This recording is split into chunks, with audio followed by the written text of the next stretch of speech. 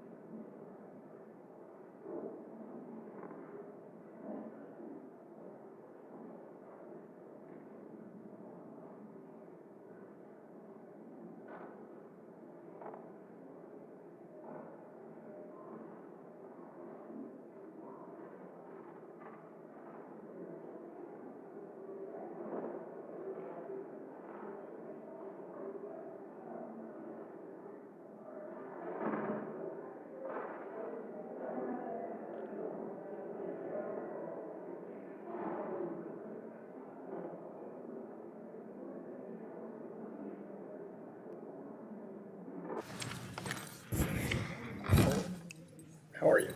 Good morning. Committee on Financial Services will come to order. Without objection, the chair is authorized to declare a recess of the committee at any time.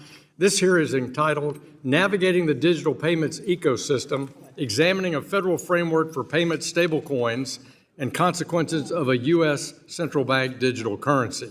Without objection, all members will have 5 legislative days within which to submit extraneous materials to the chair for inclusion in the record. I now recognize myself for 4 minutes for an opening statement. Good morning and welcome to today's hearing entitled Navigating the Digital Payment Ecosystem, Examining a Federal Framework for Payment Stablecoins and the Consequences of a U.S. Central Bank Digital Currency. Global payment systems are leveraging technology and modernizing legacy infrastructure, driving innovation and expanding access while lowering costs. The evolution of payment stablecoins and their increasing adoption beyond the digital asset ecosystem reflect broader modernization efforts in the United States and the global payment infrastructure. Every day there are billions of dollars of stablecoin transactions, reducing friction in cross-border payments, streamlining commercial transactions, and giving more communities broader access to digital financial tools. Since 2022, committee Republicans have worked to establish a legislative framework that strengthens their potential to become a cornerstone of a modern payment system. Last Congress, this committee passed the Clarity for Payment Stablecoins Act of 2023. At the start of the 119th Congress, we built upon this foundation in coordination with the Senate Banking Committee. The House product, the Stable Act, which we notice as a part of today's hearing, reflects these key themes. Since its initial notice at Digital Asset Subcommittee Chair Brian Stiles' hearing last month, we've incorporated updates to the discussion draft based on the extensive written feedback that we've received. These refinements serve to strengthen the operational standards for payment stablecoin issuers, as well as clarify the supervision and enforcement authorities of state and federal regulators that will oversee these entities. The Stable Act also makes sure that Bank Secrecy Act and anti-money laundering compliance, along with cybersecurity and oversight, are a critical part of the framework. The committee is grateful for the engagement and the feedback that we've received on the Stable Act, and we hope it will continue as we further iterate and strengthen this legislation. A properly regulated stablecoin market can strengthen the U.S. dollar's dominance, modernize our payment infrastructure, and promote financial access without government overreach. It's essential that we deliberate and get this job done and done right.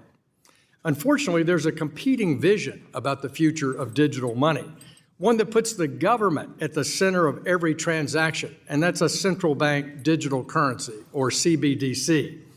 A government-controlled digital dollar would put the Federal Reserve in direct competition with the private sector and undermine the very progress that stablecoins are making. Chair Dan Muser's Oversight and Investigation Subcommittee has explored the troubling cases of debanking of politically favored industries. Unlike stablecoins, which operate in a competitive market, A CBDC would concentrate financial power within the federal government, restrict consumer choice, and undermine innovation that has made the U.S. financial markets the strongest, most liquid in the world. A CBDC would also suppress competition, jeopardize financial privacy, and weaken the role of the U.S. banking system. I'm so grateful to my colleague and friend, Republican Whip Tom Emmer, for leading the charge to prohibit a U.S. CBDC, and I thank him for the work that he's done to get his anti-CBDC Surveillance State Act reintroduced in this Congress and noticed for this hearing.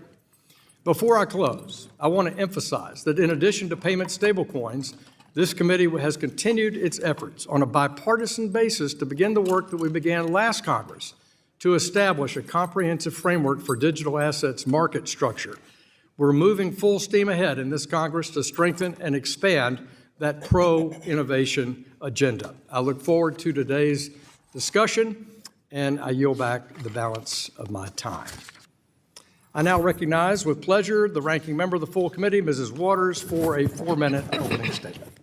Thank you, Mr. Chairman. For years, I and my colleagues have sought to craft common sense crypto legislation with great rails for consumers and strong oversight. In less than 2 months, President Trump and Elon Musk have undermined all of this work. In fact, since taking office, Trump has only enriched himself, his crypto cabinet, and the rest of the crypto billionaire class. And he has done nothing to improve the economy, let alone anything to bring down the cost of groceries, energy, or housing, as he promised. In fact, under Trump, egg prices are up 53%. And just yesterday, the S&P 500 fell a blistering 2.7%. Trump started with the meme coin scheme that scammed investors out of $2 billion, while Trump, his family, and other insiders pocketed $350 million. And just last week, Trump signed an executive order to spend U.S. taxpayer resources to create a fund of billions of dollars of crypto that would squarely enrich Trump, Musk, and MAGA cronies already holding these cryptocurrencies. Mr. Chairman, despite my belief that the Trump administration only wants crypto legislation that personally benefits them and protects their crypto financiers, I still hope we can work together on a bill that requires stablecoins be robustly and fairly regulated. Unfortunately, the bill noticed for this hearing strips away critical protections to shield investors from criminals. The bill also tears down the wall that was used to separate banking from commerce, allowing big tech firms, including those owned by Elon Musk, to issue their own money, just like Facebook tried to do with Libra. I'm proud of how this committee stopped Libra and Facebook, and I will do everything that I can to stop Musk also. It is also clear that given Trump's and Musk's actions on crypto and the mass layoffs of the employees who would be charged with overseeing crypto, we must go back to the drawing board on stablecoins. The best starting point for moving forward is the Waters-McHenry bill, which I released a few weeks ago. Before I close, I'm so deeply concerned that we are considering a bill today to strip the Consumer Financial Protection Bureau of supervision of big tech payment apps. This comes after Trump's appointees halted all Consumer Financial Protection Bureau supervision of big banks. Moreover, the Republican resistance to even allow the Fed to study central bank digital currencies is not only anti-innovation, but it is anti-American as it helps China win the digital currency space race and undermines the U.S. dollar as the world's reserve currency. Mr. Chairman, I am prepared to work with you and this committee, and we need to go back again to the drawing board on stablecoins and get started so we can really get into crypto. And I just believe that your leadership will take us there. I just cannot believe that this committee would follow what Trump is doing for himself and the other billionaire cronies of his. I yield back the balance of my time. The gentlewoman yields back. The chair recognizes the gentleman from Wisconsin, the chairman of the Digital Assets, Financial Technology, and Artificial Intelligence Subcommittee, Mr. Stile, for 1 minute. Thank you very much, Mr. Chairman, for holding this hearing, the golden age of digital assets. The goal of our digital assets policy is to make sure that the next wave of crypto and Web3 businesses emerge in basements and in dorm rooms, not in boardrooms and law firms. And that's what our digital assets policy will do. The digital assets and blockchain technology, they're democratizing the internet and our financial choices. These technologies can extend dollar dominance, lower costs, and expand financial choices. Just over a month ago, Chairman Hill and I released a discussion draft of the Stable Act. The bill establishes a framework for issuing and operating US dollar-backed stablecoins. We're now in the process of collecting feedback on the legislation as we move forward, and I'm excited for where we are today and for where we're going. Thank you for holding this hearing, Mr. Chairman. I yield back. Gentleman yields back. I recognize the gentleman from Massachusetts, Mr. Lynch, the ranking member of the Digital Assets, Financial Technology, and Artificial Intelligence Subcommittee, for 1 minute. Thank you, Mr. Chairman. As this committee considers a potential regulatory framework for payment stablecoins, it's critical to prioritize financial stability, national security, and consumer protection. I have grave concerns about the Republican proposed legislation that I hope we might be able to address. Naming the Republican bill the Stable Act is like calling the Titanic and telling the passengers it was unsinkable. First, allowing big tech firms like Meta and Apple to effectively become stablecoin issuers and dominate the stablecoin market leaves consumers vulnerable to financial data exploitation and removes the separation of banking from financial commerce. Next, uninsured deposits have proven to be vulnerable to systemic runs. Legitimizing stablecoins without adequate safeguards risks our financial stability. Additionally, allowing issuers a state pathway without sufficient prudential oversight creates a race to the bottom, and very little in this bill prevents money laundering and illicit finance. As every major economy races ahead of the U.S. in developing a central bank digital currency, discussions in the U.S. have been obscured by disinformation and political ideology. If my colleagues truly share the goal of maintaining dollar supremacy, they would encourage this type of innovation. Thank you, Mr. Chairman. I yield back. Gentleman yields back. Today we welcome the testimony of Ms. Carole Butler, who's Global Head of Digital Assets at the Bank of New York Mellon, Mr. Charles Cascarilla, who is the CEO and co-founder of Paxos, Mr. Pat Collison, who's the CEO of Stripe, Mr. Randall Guynn, who's the head of Davis Polk's Financial Institutions Group, and Ms. Carole House, who's Senior Fellow at the Atlantic Council GeoEconomics Center and a Senior Visiting Scholar at Georgetown University's CyberMart Center. We're so delighted to have all of you for being here. Each of you be recognized for 5 minutes to give an oral presentation of your testimony, and without objection, your written comments will be made part of the record. Ms. Butler, you're recognized for 5 minutes. Good morning, Chairman Hill, Ranking Member Waters, and members of the committee. Thank you very much for the opportunity to testify here today on innovation in the financial system, including the use of stablecoins. My name is Caroline Butler, and I am the Global Head of Digital Assets in BMY since 2023, and prior to that, I ran our custody business. I have more than 20 years of experience working at global systemically important banks, which guide me and BMY in applying regulated banking concepts to blockchain-based solutions. In doing so, we maintain the core tenets of asset safety and protection, regardless of the technology wrapper applied to the asset. Founded by Alexander Hamilton in 1784, we are a global financial services company that helps make money work for the world by managing it, moving it, and keeping it safe. For over 240 years, we have continuously adapted to the needs of the US economy and have a number of firsts. We provided the first loan to the US government after the Revolutionary War. We were one of the first companies on the New York Stock Exchange, and we were one of the first institutions to use an electronic system for clearing government securities. These actions, often taken for granted today, were financial innovations at the time, and have played a significant role in helping the US become the world's predominant economic engine. As the world's largest custodian with more than 52 trillion of assets in custody, BNY helps companies and banks, big and small, access the money they need. BNY plays a central role in supporting US Treasury markets and process approximately 2.4 trillion of payments per day across all payment rails.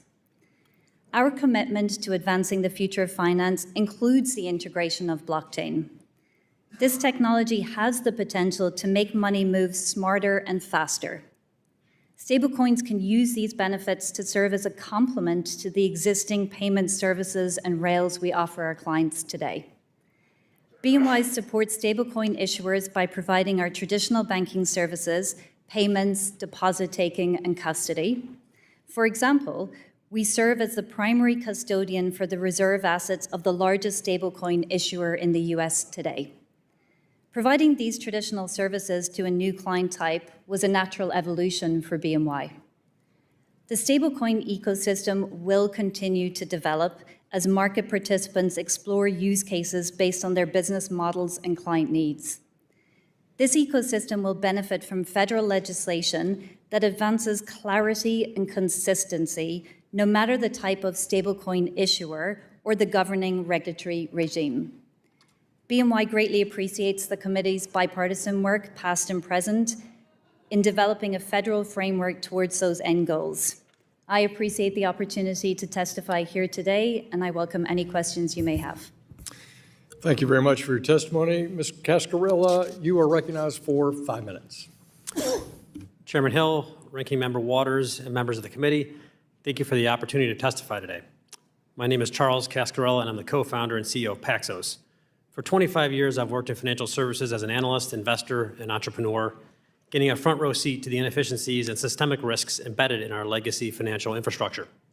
These experiences drove me to found Paxos in 2012 as a regulated financial institution using blockchain technology to replatform the financial system. In 2015, Paxos received the first limited purpose trust charter from the New York DFS. We have worked closely with global regulators to advance the safe adoption of regulated stablecoins. Today, we provide stablecoin and tokenization infrastructure to some of the world's leading enterprises, including PayPal, MasterCard, Robinhood, and Stripe. There are 3 points I hope you will take away from my testimony.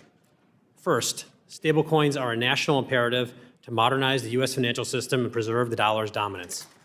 Second, to achieve this, the U.S. must set global standards that enable broad financial adoption and interoperability. Third, we strongly support the Stable Act, and with some enhancements, it will be truly enduring. Since testifying in 2021, blockchain technology has evolved dramatically from the periphery to the mainstream. Today, the United States stands at a critical juncture.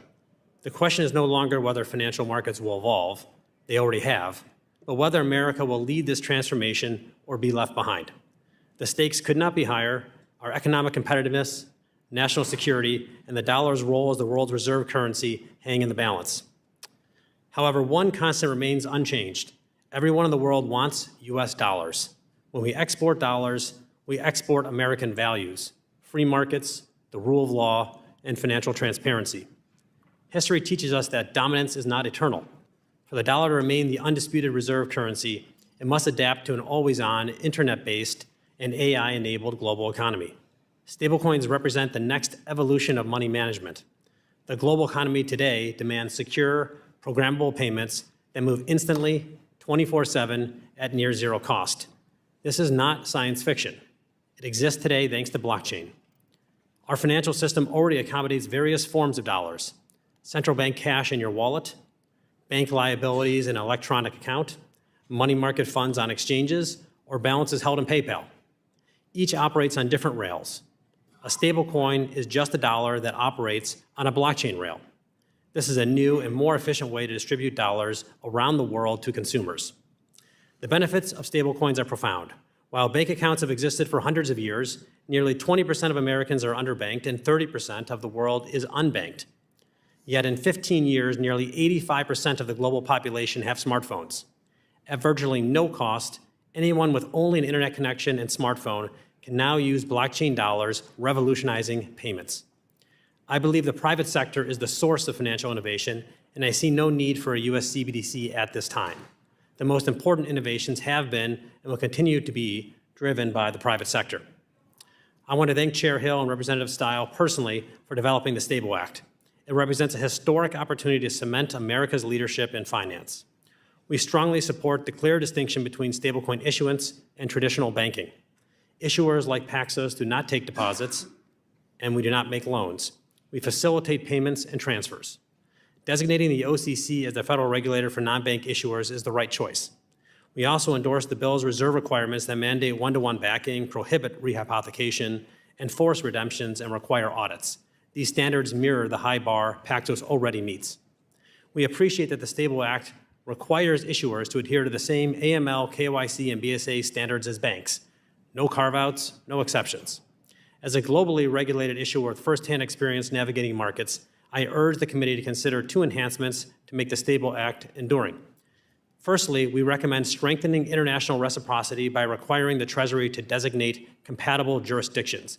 This approach fosters a race to the top, encouraging international partners to align with U.S. standards. Secondly, state-regulated entities like Paxos must meet standards equivalent to those imposed by the OCC.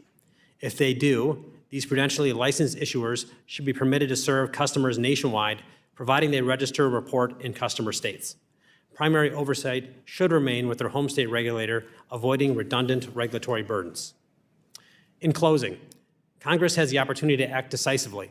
If we fail to act, other nations will fill the void, dictating the future of money on their terms, not ours. Passing clear, balanced legislation now is not just an opportunity, it is an imperative. The Stable Act, with these refinements, will secure the dollar's global reserve status and reinforce our economic leadership. Thank you for the time, and I look forward to your questions. Thank you, sir. Mr. Collison, you're recognized for 5 minutes. Chairman Hill, Ranking Member Waters, and distinguished members of the committee, thank you very much for inviting me to testify about the future of our digital payments ecosystem. And if you'll forgive the sentimentality, being here is a big deal for me. I grew up in rural Ireland, just a couple of miles away from Miss Butler. I was fortunate enough to move to the US for college. This country has extended immense opportunity to me, and I want to start out by simply saying how grateful I am. This is an amazing country. My dad is actually sitting here in attendance, so I'm going to be on my best behavior. My introduction to technology was taking my first communion money and buying a computer. But in our rural Irish community, getting a decent internet connection was very difficult. And so both the promise of global connectivity, but also frustration with technology that didn't quite live up to it, were ingrained from an early age.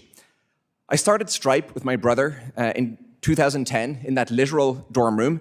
And at the time, we were merely trying to solve what we thought was a simple problem, making it easier for businesses to accept payments online. And this was an undertaking that we'd found surprisingly difficult when starting a previous business. Today, businesses running on Stripe move over $1.4 trillion annually. We're proud to serve businesses from small family shops to Fortune 500 enterprises across the United States. We help power more than 10,000 companies in every congressional district represented here today. We build infrastructure, the out-of-sight mechanics of making payments and money movement easier. We support card payments, ACH, wire transfers, and over 100 global payment methods. And our goal is to connect businesses both to established financial rails and also to emerging payments technologies. We see this work as part of a much larger journey. Throughout history, improvements in how money moves have expanded economic opportunity, from coins to banknotes, from gold to fiat currency, and from paper to digital payments. Each transition has made commerce more efficient and more inclusive. And so it's from this vantage point that we see the promise of stablecoins. So this is why we recently acquired Bridge, the world's leading platform for developers and businesses building with stablecoins.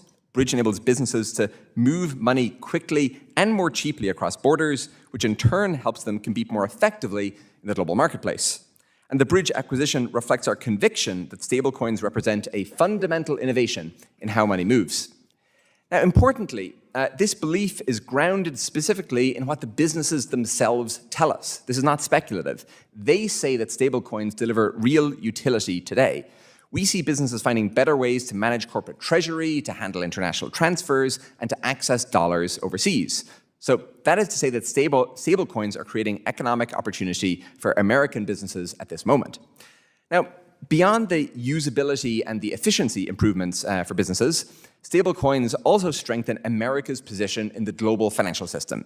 Despite regulatory uncertainty, approximately 99% of stablecoin balances today are US dollar based.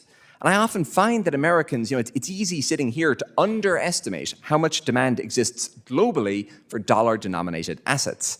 And this matters tremendously when approximately 1.3 billion people live in countries with average inflation rates exceeding 10%. And as such, stablecoins are enhancing the dollar's status as the world's reserve currency and lowering American borrowing costs. Stripe now supports millions of businesses of all sizes, and we're acutely conscious of the attendant responsibilities that come with that position. We believe that a trusted financial ecosystem requires clear and effective regulation. And thoughtfully constructed frameworks for stablecoins will bring certainty, stability, and safety for businesses and consumers. And that's why I appreciate this committee's consideration around an appropriate federal framework. I respectfully suggest that any legislation be based on 5 essential principles. 1, regulatory clarity. 2, flexibility and support for innovation. 3, neutrality and interoperability with existing systems. 4, robust consumer protection with a heavy focus on transparency. And 5, an outcome-based framework for ensuring system integrity and preventing illicit activity. Overall, stablecoins benefit American consumers, American businesses, the American government, and the global economy at large. Because of these benefits, stablecoins are seeing incredible adoption, with use more than doubling over the past year. I commend Congress's recognition of the fact that stablecoins are an innovation of unusual import. I'm very grateful for the opportunity to share these perspectives. I look forward to your questions. Thank you, sir. Mr. Guynn, you're recognized for 5 minutes. Thank you. Chairman Hill, Ranking Member Waters, and the other distinguished members of this committee. It's very difficult to follow that great opening statement. But as he explained, stablecoins are a modern digital version of private money. If a payment stablecoin issuer has a properly calibrated reserve of high-quality liquid assets, a properly calibrated capital buffer, and no material amount of other liabilities, its payment stablecoin should be as safe as insured deposits or even central bank money. While a substantial portion of the U.S. money supply consists of public money in the form of coins, paper money, and demand deposit claims against the Federal Reserve Bank, the vast majority of the U.S. money supply consists of private money. This includes demand deposit claims against commercial banks, amounts standing to the credit of a person's account with non-bank payment companies like Venmo or PayPal, and stablecoins. A central bank digital currency, or CBDC, would be a new digital form of public money that would compete with private money, including stablecoins. The Stable Act would create a regulatory framework for stablecoins modeled on the framework that applies to the dual banking system. That model has not changed fundamentally since the 1930s. It's well understood and it's worked well. As a result, it makes sense to base the regulatory framework for payment stablecoins on the framework for the dual banking system.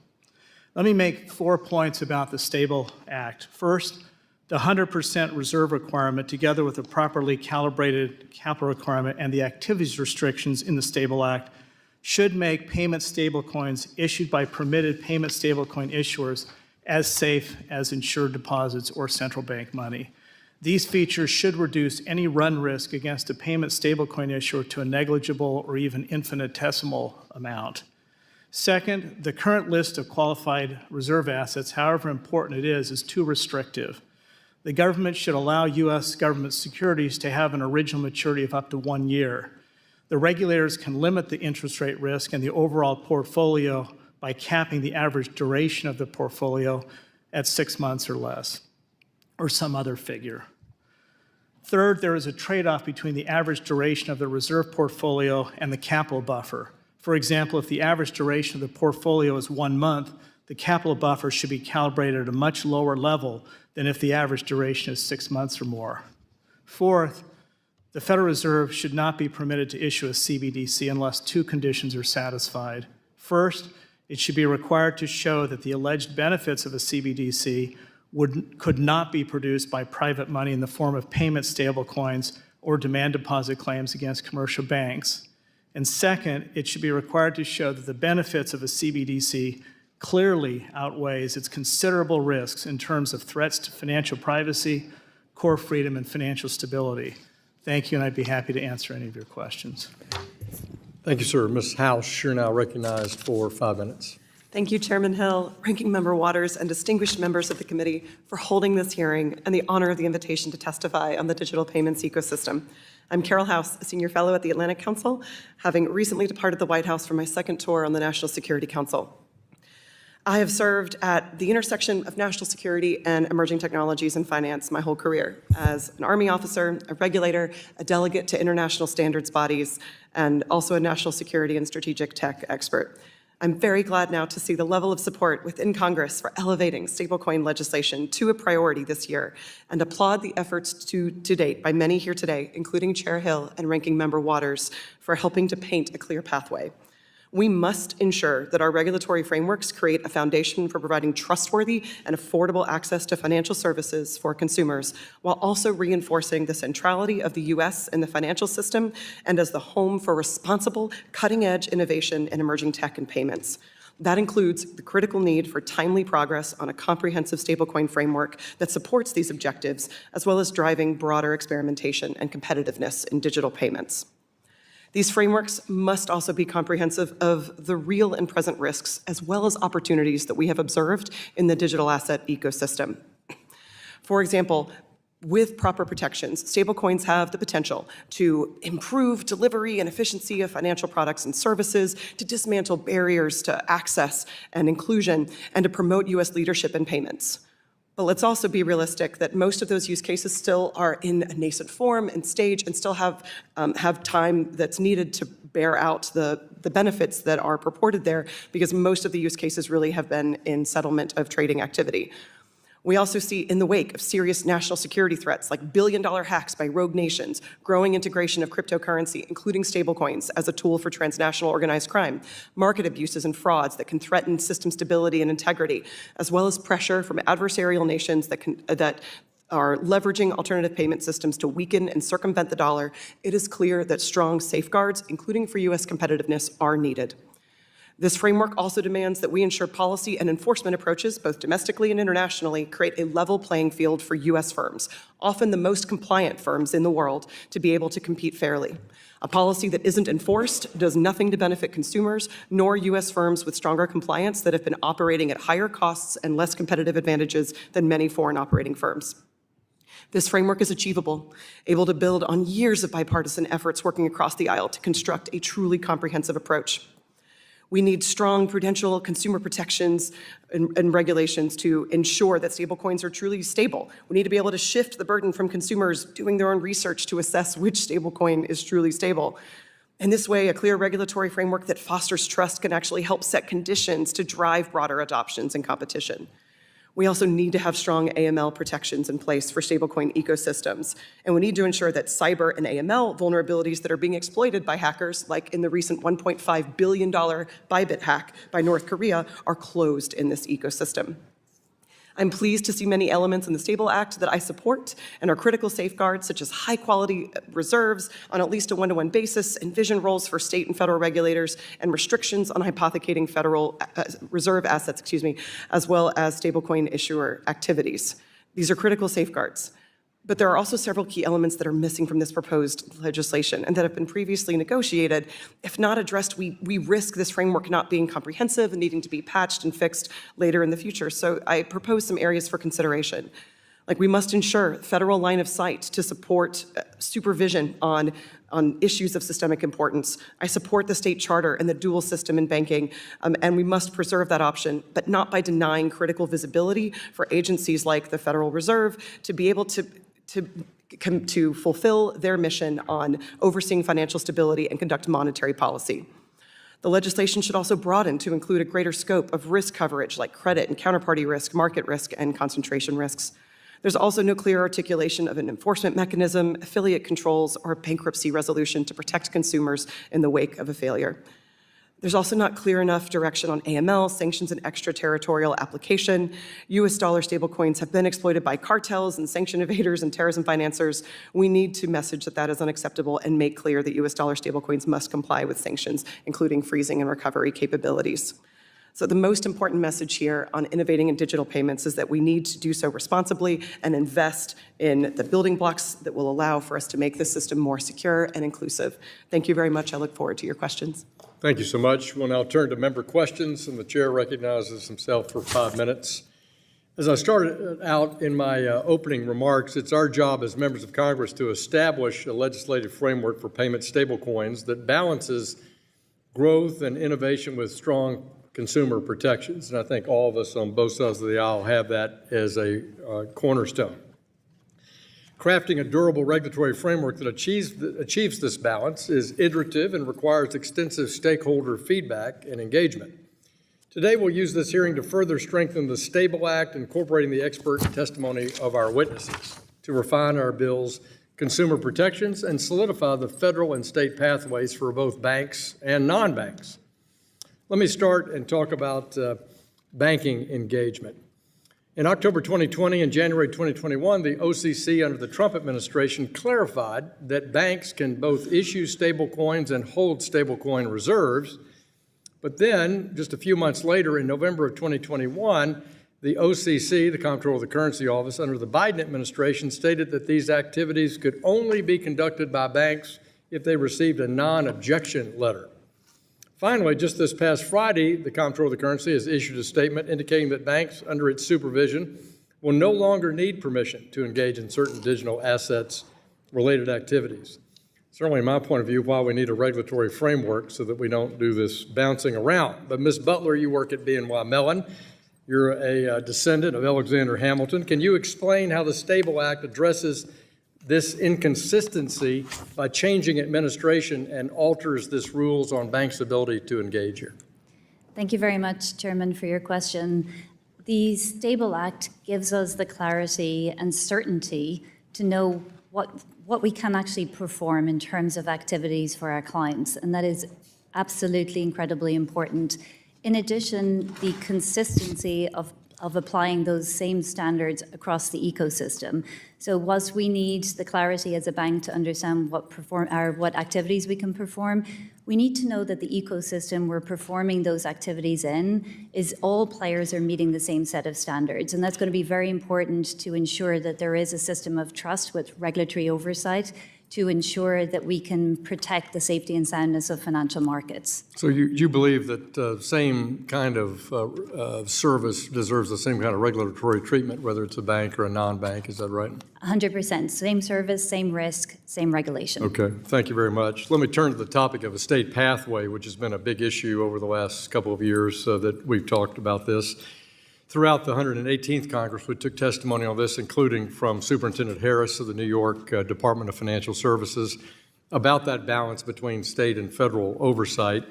Any framework for payment stablecoins should build on the well-established dual banking system that many of you have talked about. Mr. Guynn, can you describe some of the benefits that the dual banking system has brought the U.S. financial system and explain how our framework attempts to replicate that for stablecoins? Certainly. So I think the dual banking system has allowed banks to function as 50 laboratories for innovation. I think that's the most important function that they've played. The federal government has often set minimum standards for banking, but they haven't created a comprehensive federal framework that so the banks are regulated both by federal and state laws. The regulatory framework in the STABLE Act is virtually identical to the framework for the dual banking system, with two exceptions. First, the STABLE Act establishes a single federal regulatory framework in 4A that applies to all federal qualified and state qualified payment stablecoin issuers. And the alternative state-level framework has to meet the standards or be stronger than the standards in 4A. So it's different in the sense that it actually creates a comprehensive federal floor. So you would say that that prohibits, that some have argued this is a race to the bottom, and you believe that federal floor would prevent that. Is that your view? Yeah, I don't see how there could be a race to the bottom because any state regulator who's applying the Stable Act would have to either comply with the federal standards in 4A or standards that meet or exceed those Yeah. standards. And Mr. Cascarilla, I mean, you've dealt with this for years because of your work in New York. Would you say that the Stable Act is somehow light touch regulation, or do you think it strikes the balance that's important to have a high standard, but you preserve your right to work in the state of New York, for example? Well, today we're the only prudentially regulated issuer of stablecoins, or at least New York. Sorry, I should say New York State is the only place where you can prudentially issue stablecoins, and I think that's important to preserve. It creates a laboratory for innovation, as Randy was pointing out, but also having a federal floor is actually going to create a consistency across the entire country, and I think actually on a global basis. I think it would be actually a race to the top of meeting the same set of standards, which is the right way to operate. And if everyone meets those standards, you're in the right. Thanks so much, and thank our panel. And I now call on my friend, the ranking member, for 5 minutes of questions. Thank you very much, Mr. Chairman. Ms. House, in the 117th Congress, I reached across the aisle to work with the then ranking member, McHenry, and led years of negotiations with Treasury, the Federal Reserve, and other stakeholders to establish the first of its kind bipartisan stablecoin legislation. Unlike the Republican bill posted for this hearing, our bill creates a strong regulatory framework that supports the responsible innovation with federal oversight, along with the role for states. My bill includes appropriate supervision authority, including for third-party vendors, along with civil and criminal penalties for violations, language to address overseas threats like from Tether, and a ban on convicted individuals like Sam Bankman-Fried. In your testimony, you said, in the wake of serious national security threats like billion-dollar hacks by rogue nations, growing integration of cryptocurrency as a tool for transnational organized crime, market manipulation and fraud that can threaten system integrity and stability, as well as pressure from adversarial nations seeking to develop and leverage alternative payment systems to weaken and circumvent the dollar. It is clear that strong safeguards, including for U.S. competitors, are needed. Do you stand by that? Why is what you're telling us so important? Yes, ma'am. It's entirely necessary. I think we all would find it totally acceptable for the nation's greatest threats to us, which often are on the other end of our sanctions, to be able to leverage the U.S. dollar and to get access to the U.S. system. Yet that is happening in U.S. dollar-denominated stablecoins. So many of the protections, like what you just mentioned on extraterritorial application, are needed in order for us to make sure that our adversaries are not exploiting our system. Thank you very much. I think enough is going to be said here today to see the difference between what Mr. McHenry and I was trying to do and what this bill does not do. But I want to jump over to something a little beyond stablecoins. When Trump first issued his meme coin 3 days before his inauguration, I expressed my deep concern. I warned that this raised major conflicts of interest, national security risks for the country, and left consumers vulnerable to rug pulls, market manipulation, and more. Unfortunately, that has happened. Can you quickly tell everybody what a rug pull is and how it works? Sure. With limited time, just basically when people are trying to hype up and get people to invest in an asset and making a broader promise, and then ultimately pulling out your investments in the assets, and ultimately that ends up normally crashing the market value. Well, I expressed my deep concern, and I warned that this raised major conflicts of interest, national security risks for the country, and left consumers vulnerable to these rug pulls, market manipulation, and more. Unfortunately, that's just what happened. President Trump's insiders reportedly earned a staggering $350 million from sales and fees in the 3 weeks after his meme coin was launched. While Trump ran away with his money, reports show that a far larger number of investors lost more than $2 billion after the meme coin crashed. Meanwhile, a Republican-led SEC has conveniently stated that meme coins are not subject to their regulatory oversight. And so, with that, I just want to just say to this committee and to everybody else, whenever you see this side and that side get together to work on something, that's significant and that's important. And you cannot just erase the fact that Mr. McHenry and I put together stablecoins with the kind of guardrails that would avoid consumers from being ripped off. Now, I can't understand why anybody on either side of the aisle would ignore all of this, and a new SEC, headed by someone who does not believe in guardrails, would continue to go down this road. We're not just talking about what you have advised us about. We're talking about the way that these meme coins are put together and the rug pulls, and those insiders who know what they're doing invest all of that money up front, and then after it grows, they pull it out, and the stupid people who thought they were investing in something lose everything. Why don't everybody just understand that? Well, I yield back the balance of my time. The ranking member yields back. The chair recognizes the gentleman from Oklahoma, Mr. Lucas, the chair of the Task Force on Monetary Policy, for 5 minutes. Thank you, Mr. Chairman, and thank you to our witnesses for testifying today. I want to first focus on central bank digital currencies. As one of the few remaining members of Congress who was on the Dodd-Frank Conference Committee, I'm especially sensitive to expanding the authorities and reach of the Federal Reserve. We've seen the way partisan politics creeps into the supervision and regulation of our financial systems when we allow unaccountable agencies to look over our shoulder.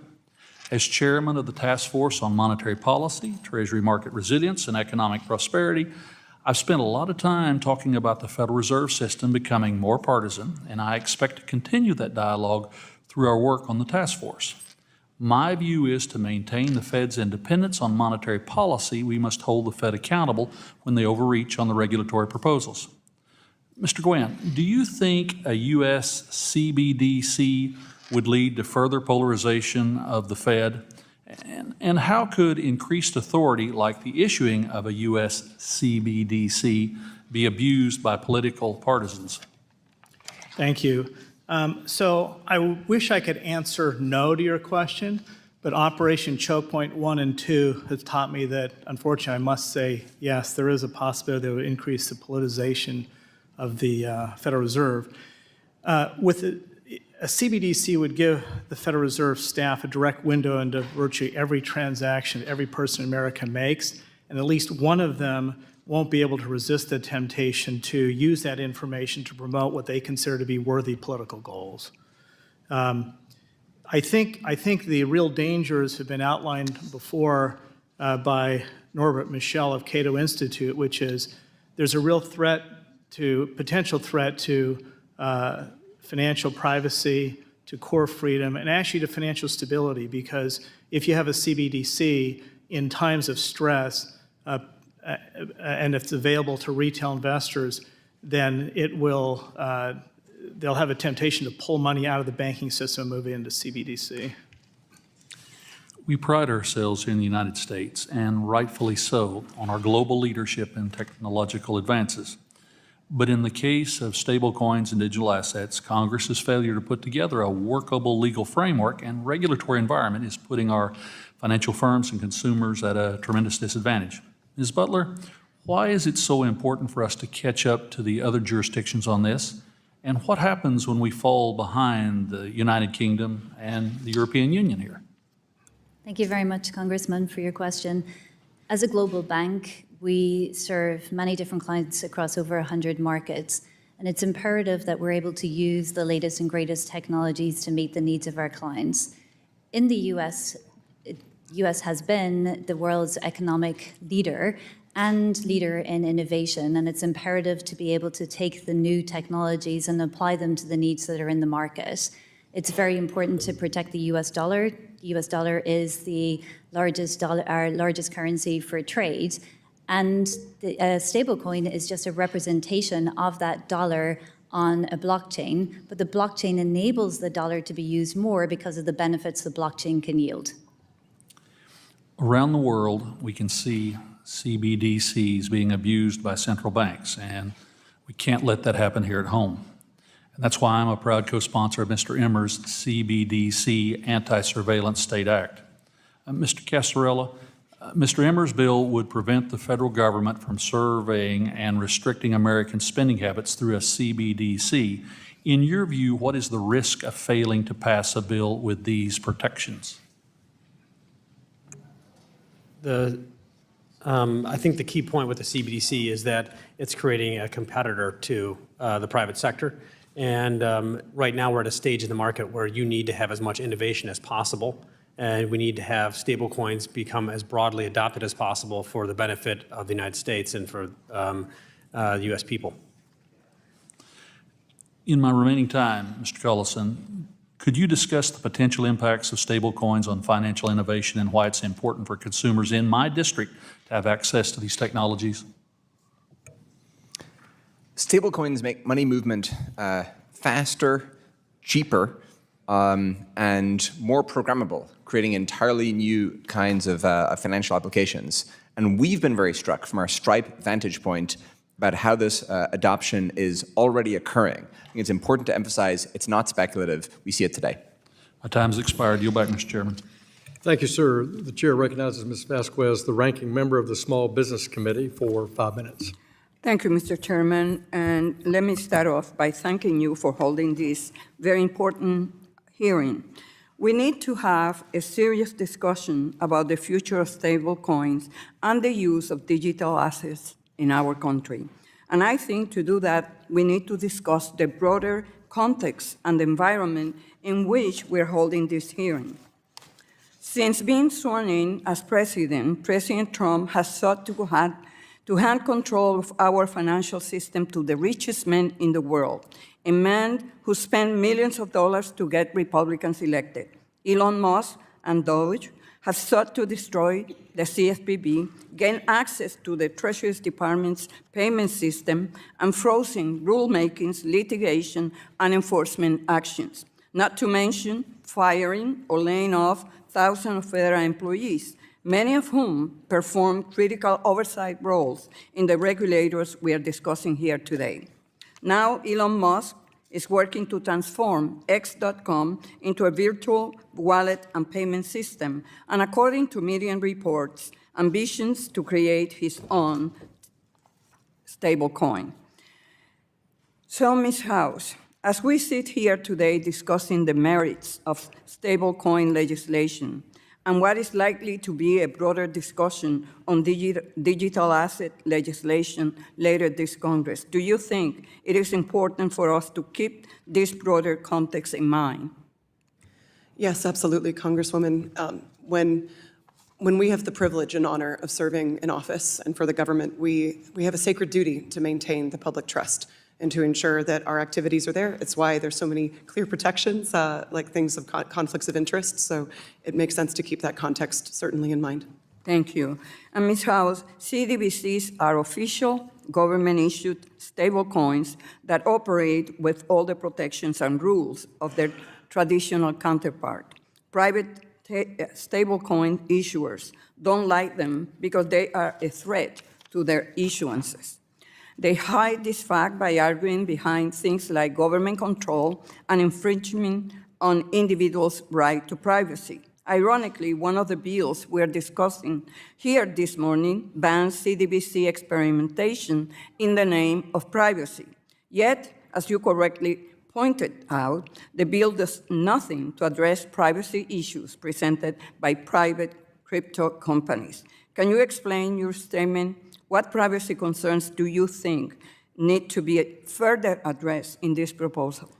Thank you, Congresswoman, for the question, and I appreciate this point since I wanted to underscore that the U.S. Treasury, the Federal Reserve, the prior White House, and then it looks like this Congress have all agreed, in fact, that the Federal Reserve does not have the authority to issue a CBDC. So the legal necessity of the legislation on banning issuance of a retail CBDC remains in question to me, but thank you for highlighting the broader issues on privacy. There's no reference to broader issues of privacy, just generally privacy legislation that's still needed, as well as what the privacy implications are, certainly for publishing transactions on a public unobscured ledger that present risks to consumers. Thank you. Ms. Butler, in your testimony, you highlight that BNY performs custody services for stablecoin issuers in accordance with regulations, guidance at both the state and federal level. How does the current participation of banks in stablecoin arrangements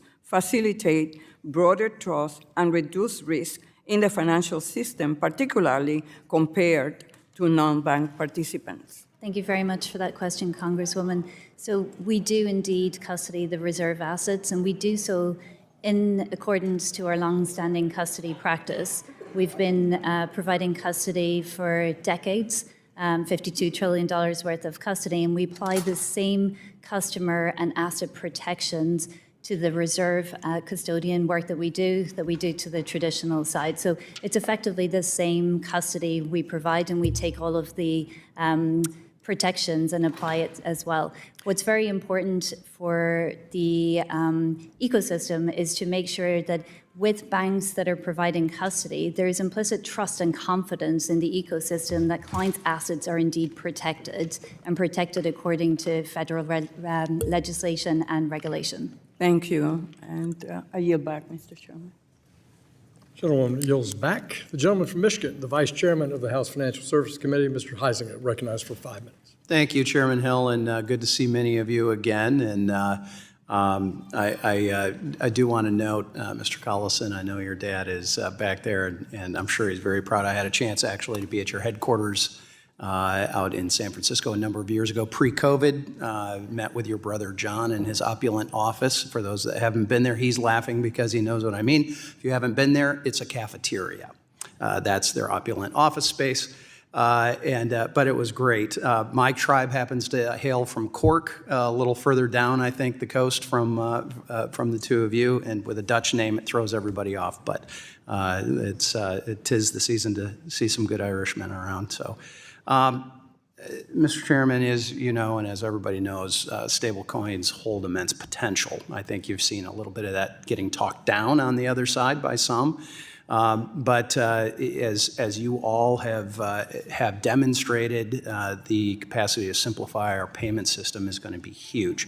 I've been bouncing back and forth. I also sit on the Foreign Affairs Committee where I am doing a review of BIS and where chips are and where AI is going. It terrifies me and fascinates me every time I get a briefing.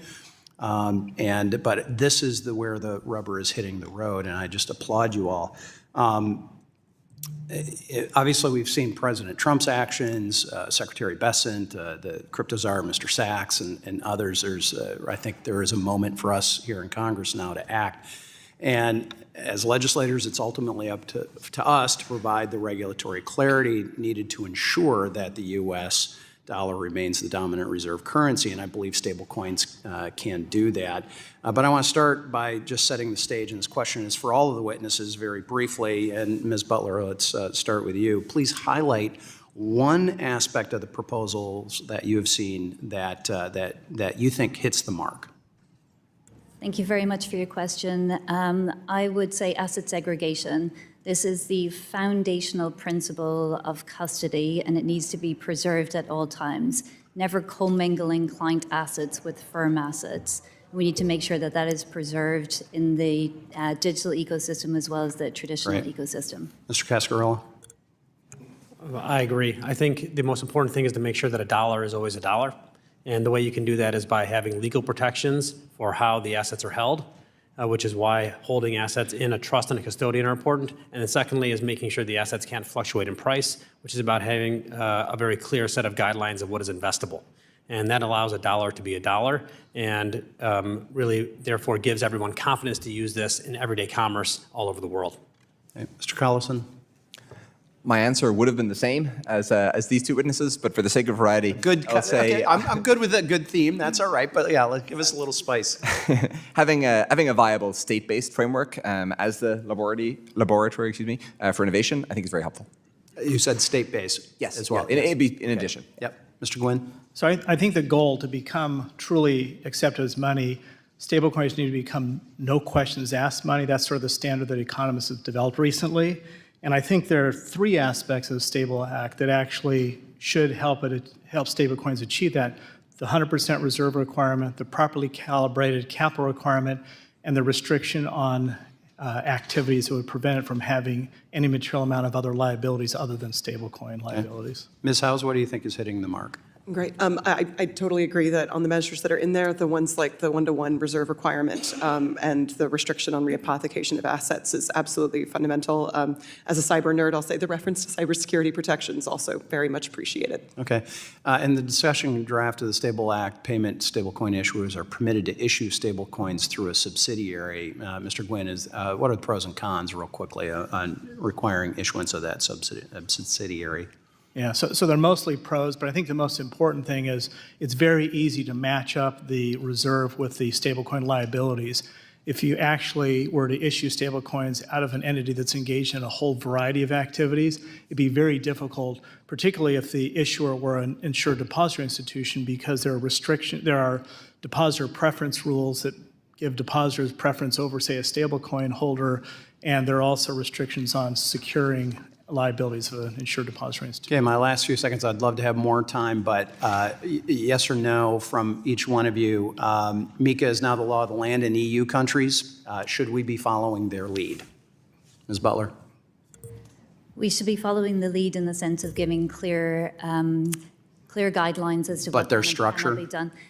We should engage the private space like we're doing and ensure that we take the best of the rules that are in MiCA and apply them here. Okay, well, I've run out of time. That was a very good political answer, but I will follow up in writing with everyone. So thank you very much. We invite everybody to answer the question in writing. And now we'll turn to the gentleman from California, Mr. Sherman, the ranking member of the Capital Markets Subcommittee, for 5 minutes. Article 1, Section 10, Clause 1 of the United States Constitution, Congress shall have the power to coin money and regulate the value thereof. So the Constitution says coining money is supposed to be done by the federal government. Now the private sector gets in and comes before Congress and says, isn't it outrageous that the federal government is competing with us? And we've got to hamstring them and make sure they can't compete with us effectively. This would be like saying that, now you can say that the federal government is supposed to coin money, so it can't be electronic. That would be like saying that the federal government can only build roads designed for horses and buggies, and that we should have private toll roads for automobiles. Mr. Guynn, I think you made the point very well. You said it's unfair to have a CDBG because it's too reliable, it's too secure, and in times of stress, that's where people will put their money. Then we're told, oh, but we're going to have privacy. Yes, Sam Bankman-Fried and Elon Musk is going to know every damn trade, every transaction I engage in. Then they're going to sell that information to anybody who wants it, and then we're going to pass some loophole-ridden law to say they can't do it, and they'll just do it overseas. So the idea that you're going to have privacy by giving the crypto bros all the information and letting them sell it to anybody they want, there's only one advantage of the coins we're talking about, stable coins, and that is the crypto bros can make money from it. And the goal of this hearing is to make sure that we don't have any competition from Section 10 of Article 1. This is about the 400th hearing we've had on promoting cryptocurrency. We haven't had a single witness come and tell us and make the case that we just simply shouldn't have the cryptocurrency. We're told if you invest in America and build jobs by investing in common stocks, your broker will send a Form 1099-A and you'll have to pay taxes on your gains. And then this Congress says, invest in crypto, create no jobs except the jobs moving money around in crypto, not a single manufacturing job, and you pay no taxes. Ms. House, Zelle is an electronic system. Unfortunately for some people, it's not really good for tax evaders or people trying to hide their money from their former spouse. It's free. Our other witness has a system that's similar. They charge 2.9% at Stripe. Why would, other than concealing assets from the government and former spouses, why would somebody go with a 2.9% fee rather than a Zelle, which is free? So, and not knowing some of the specifics of Zelle, since I'm not a user, I think that there's interest in some of the broader like marketplace applications where stablecoin is. Honestly, since most stablecoin activity is happening in trading, that's really where Zelle isn't settling trading activity on crypto exchanges. I've got to make just one other point. Mr. Cascarilla tells us that people have iPhones and they're unbanked, and we're going to get them banked. So the best way to get them banked is to have a CDBG. You want to prohibit that. Then it's talking as if CDBG would be mandatory. Why not just have one more competitor? Some people will want Elon Musk to know about their transactions and will trust him, and some will want to trust the federal government. But we want to deny them the choice, because anything that prevents Elon from making a profit, anything that prevents the crypto world from making a profit must be snuffed out, no matter how useful it is to consumers. What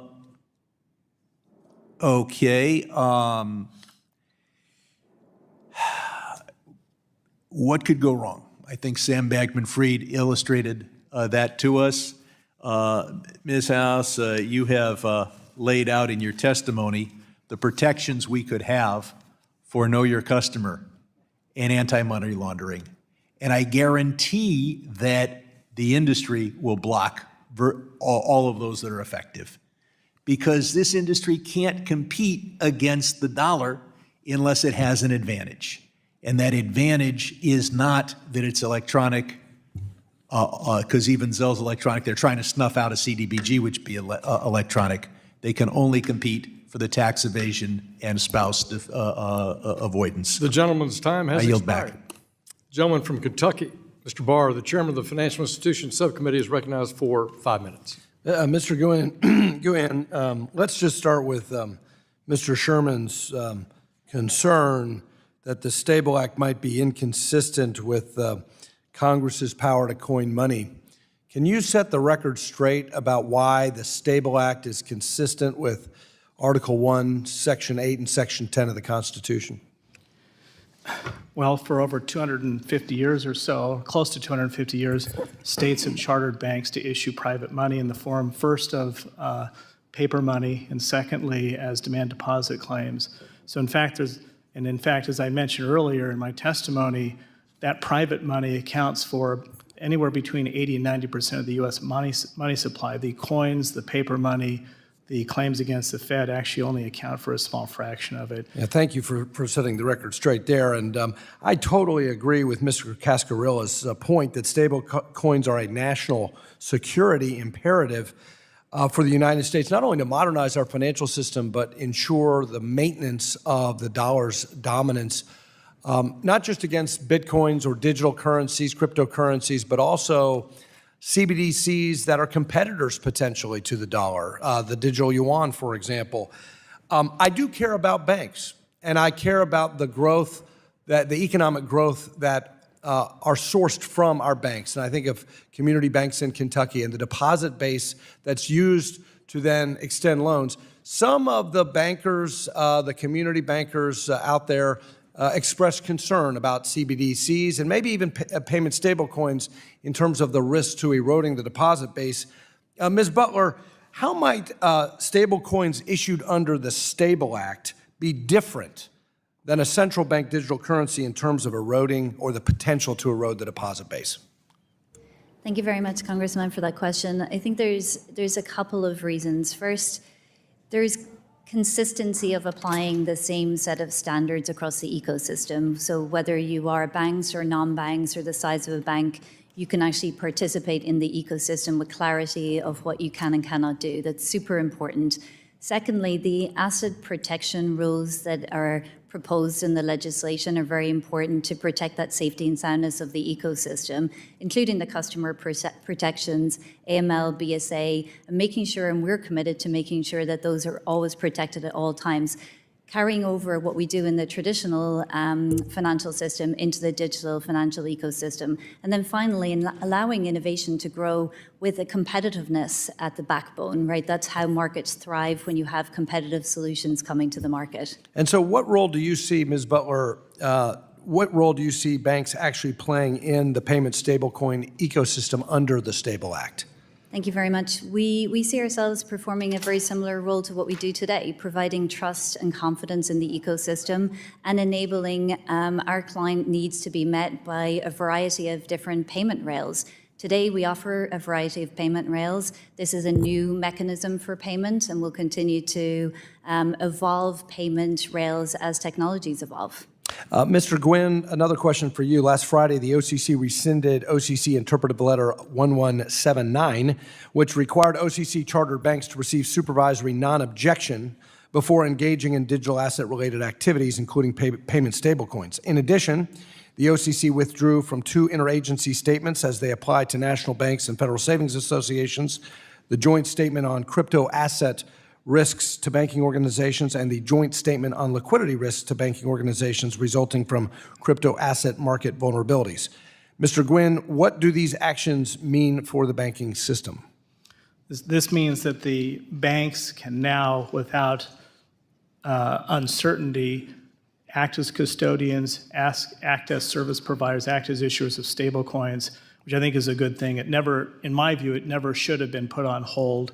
And it's a good thing, and it's a good experimentation. The OCC is a perfectly competent regulator to manage and supervise the risks of those activities. What other actions could both regulators or Congress take to ensure that banks have the clarity necessary to engage with the digital asset ecosystem while maintaining compliance with other bank-related laws?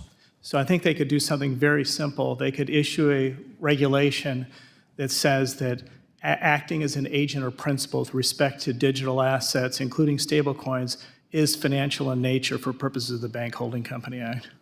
Well, as you see from my questions, I think that the Stable Act is a very important step in the right direction, and I think banks can participate in the stablecoin ecosystem in a way that fosters innovation and includes banks in this process. So with that, I yield. Gentleman yields. The gentleman from New York, Mr. Meeks, the ranking member on the House Foreign Affairs Committee, is recognized for 5 minutes. Thank you, Mr. Chairman. Let me start out with Ms. Butler. You know, there's been a lot of concern about debanking crypto companies with mixed messaging from the federal regulators on how traditional finance can integrate with and provide essential services to the crypto industry. Bank of New York is a New York State chartered bank that has been actively working with crypto companies. And this has been facilitated by clear guidance to banks from the New York's Department of Financial Services and has led to a vibrant crypto ecosystem in New York for crypto companies and traditional financial institutions. New York's leadership here demonstrates the importance of a strong state pathway for stablecoin regulation. Can you talk about the importance of working with the New York's DFS in building a strong, well-regulated crypto ecosystem in New York? Thank you very much, Congressman, for your question. We work very closely with the New York DFS and with all our regulators. And given the evolving nature of this space, it's very important to have that very engaged dialogue on a continuous basis to ensure that, again, we know the clarity that we can operate in, and as these rules evolve and as the ecosystem evolve, we can make sure that there's a two-way communication. But clear and consistent framework across the entire ecosystem needs to be upheld at all times, and it needs to not be, whether you choose a state pathway or whether you choose a federal pathway, we need to have consistency at the federal level for our regulations and our legislation so that we can ensure the integrity of the entire ecosystem and all players are meeting that high standard. Thank you for that. And let me go to Mr. Cascarilla. You spoke about Paxos' history with the New York State DFS in your testimony. What do you see as the advantages of state regulation as a stablecoin issuer? Thank you, Congressman, for the question. The New York DFS was the first regulator in the world to approve the issuance of a regulated stablecoin. And I think that underscores the importance of having a state pathway that allows innovation to happen and continue to happen. In fact, the regulations and the framework that the DFS has constructed has been, I think, the cornerstone for a number of regulators around the world as they have built their frameworks. I think that really shows how important it is for the states to be able to lead. If we didn't have New York leading, today there wouldn't be a prudentially regulated stablecoin issued from the United States. Now, I, like many of my colleagues, have concerns about the use of stablecoins and other digital assets by illicit actors. And I appreciate that you and I have had the opportunity to discuss the importance of including strong illicit financing protections in any stablecoin bill that becomes law. What is your perspective on where the greatest risks are, and how should we think about addressing them?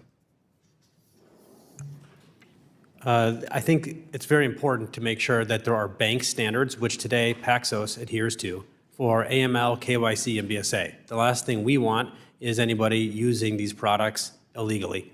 I think also this new technology creates new tools. So there has to be new frameworks, there has to be new ways to be able to understand how assets are being utilized. And in the one hand, we'll create new ways for people to have access to this, which is important. On the other hand, it could create new ways for people to use it illegally. And with the right types of protections and the right types of bank-like standards for knowing your customer, I think you can have a framework that allows you to marry both the risks and the rewards in the right way. Thank you. Let me also, in the time I have left, to go to Mr. Collison. We talk a lot about stablecoins here in a theoretical sense, but the practical, real-world applications for everyday people are often overlooked, in my opinion. From your perspective, how can stablecoins broaden access to essential financial services for communities, both domestically and internationally, particularly in underserved regions and in countries experiencing severe currency volatility? Yeah, so I think there are extensive applications here in the US where many forms of payment are slow and expensive. Dan Ari, a professor at Columbia, described the US's payment system as the most expensive in the G20. But even more importantly, internationally, precisely as you point out, a very large fraction of the world's population lives in a country with a significantly unstable or inflationary currency, and providing those people with access to, one, a stable reserve currency, that is to say, the dollar, but then secondly, the ability to engage on a level playing field with the world's, in the world financial system is a huge deal for them. Thank you. Time has expired. Gentleman yields back. Chairman of the Small Business Committee, Mr. Williams of Texas, is recognized for 5 minutes. Thank you, Mr. Chairman. And Chinese involvement in digital assets and the blockchain could raise serious national security concerns for the United States. And blockchain technology has been the potential to revolutionize various industries like finance, supply chains, and infrastructure.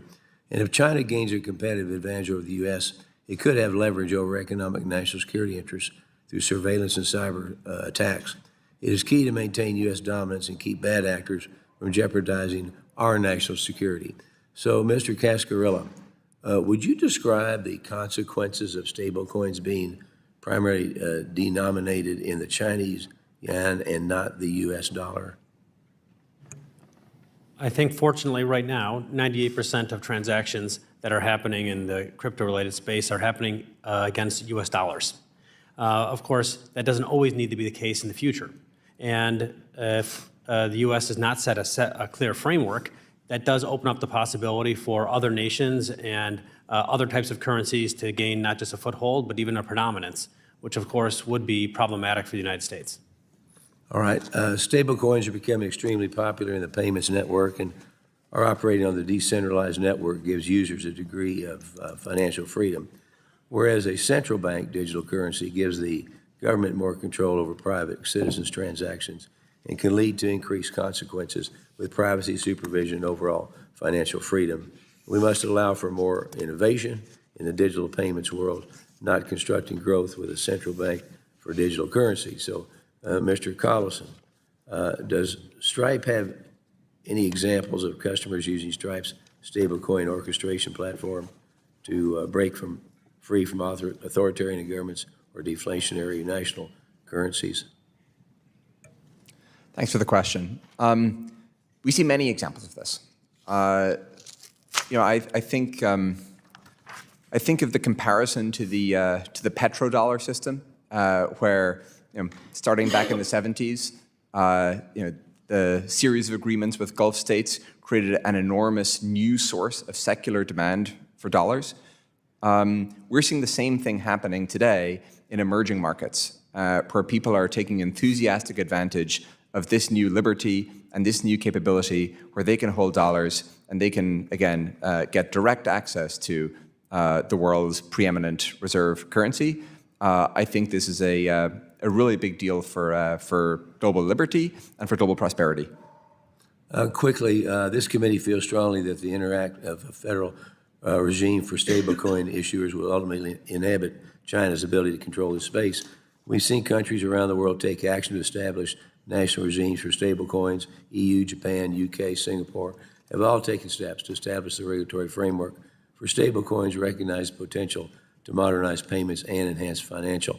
So, Mr. Collison, again, quickly, as a global payments company, could you elaborate on how important it is for the U.S. to establish a federal framework to maintain U.S. competitiveness? I think this is important for two reasons. One, there are the practical benefits for American consumers and for American business today. And I think it's simply on those merits worth putting forth a formalized federal framework that enables the stablecoin ecosystem here in the country. But then I think there's a second reason, I think this is what you're getting at, that while it is the case that an overwhelming majority of transactions today are in fact denominated in dollars, and that's enormously to the US's benefit, there is a risk that if the US adopts a posture of discouraging and inhibiting stablecoin adoption, that the rest of the market will respond and adapt. And perhaps we're here in 5 years and the preeminent stablecoin currency is euros or renminbi or some other global currency, and I think that would be to the US's detriment. Mr. Chairman, I yield my time back. Gentleman yields back. Chair recognizes the gentleman from Georgia, Mr. Scott, for 5 minutes. Thank you very much, Mr. Chairman. First of all, let me say, I totally agree with Ms. Waters. She gave a brilliant opening statement, and I hope everybody heard that. It was plain. It was clear. First of all, I did a little research. Stablecoins are often promoted as safe, but they're not. For example, the stablecoin beanstalk suffered a heist in which attackers manipulated governance mechanisms and they stole $182 million in crypto assets. Another bridge hack resulted in a theft of $320 million. You think that's safety? And here's another one.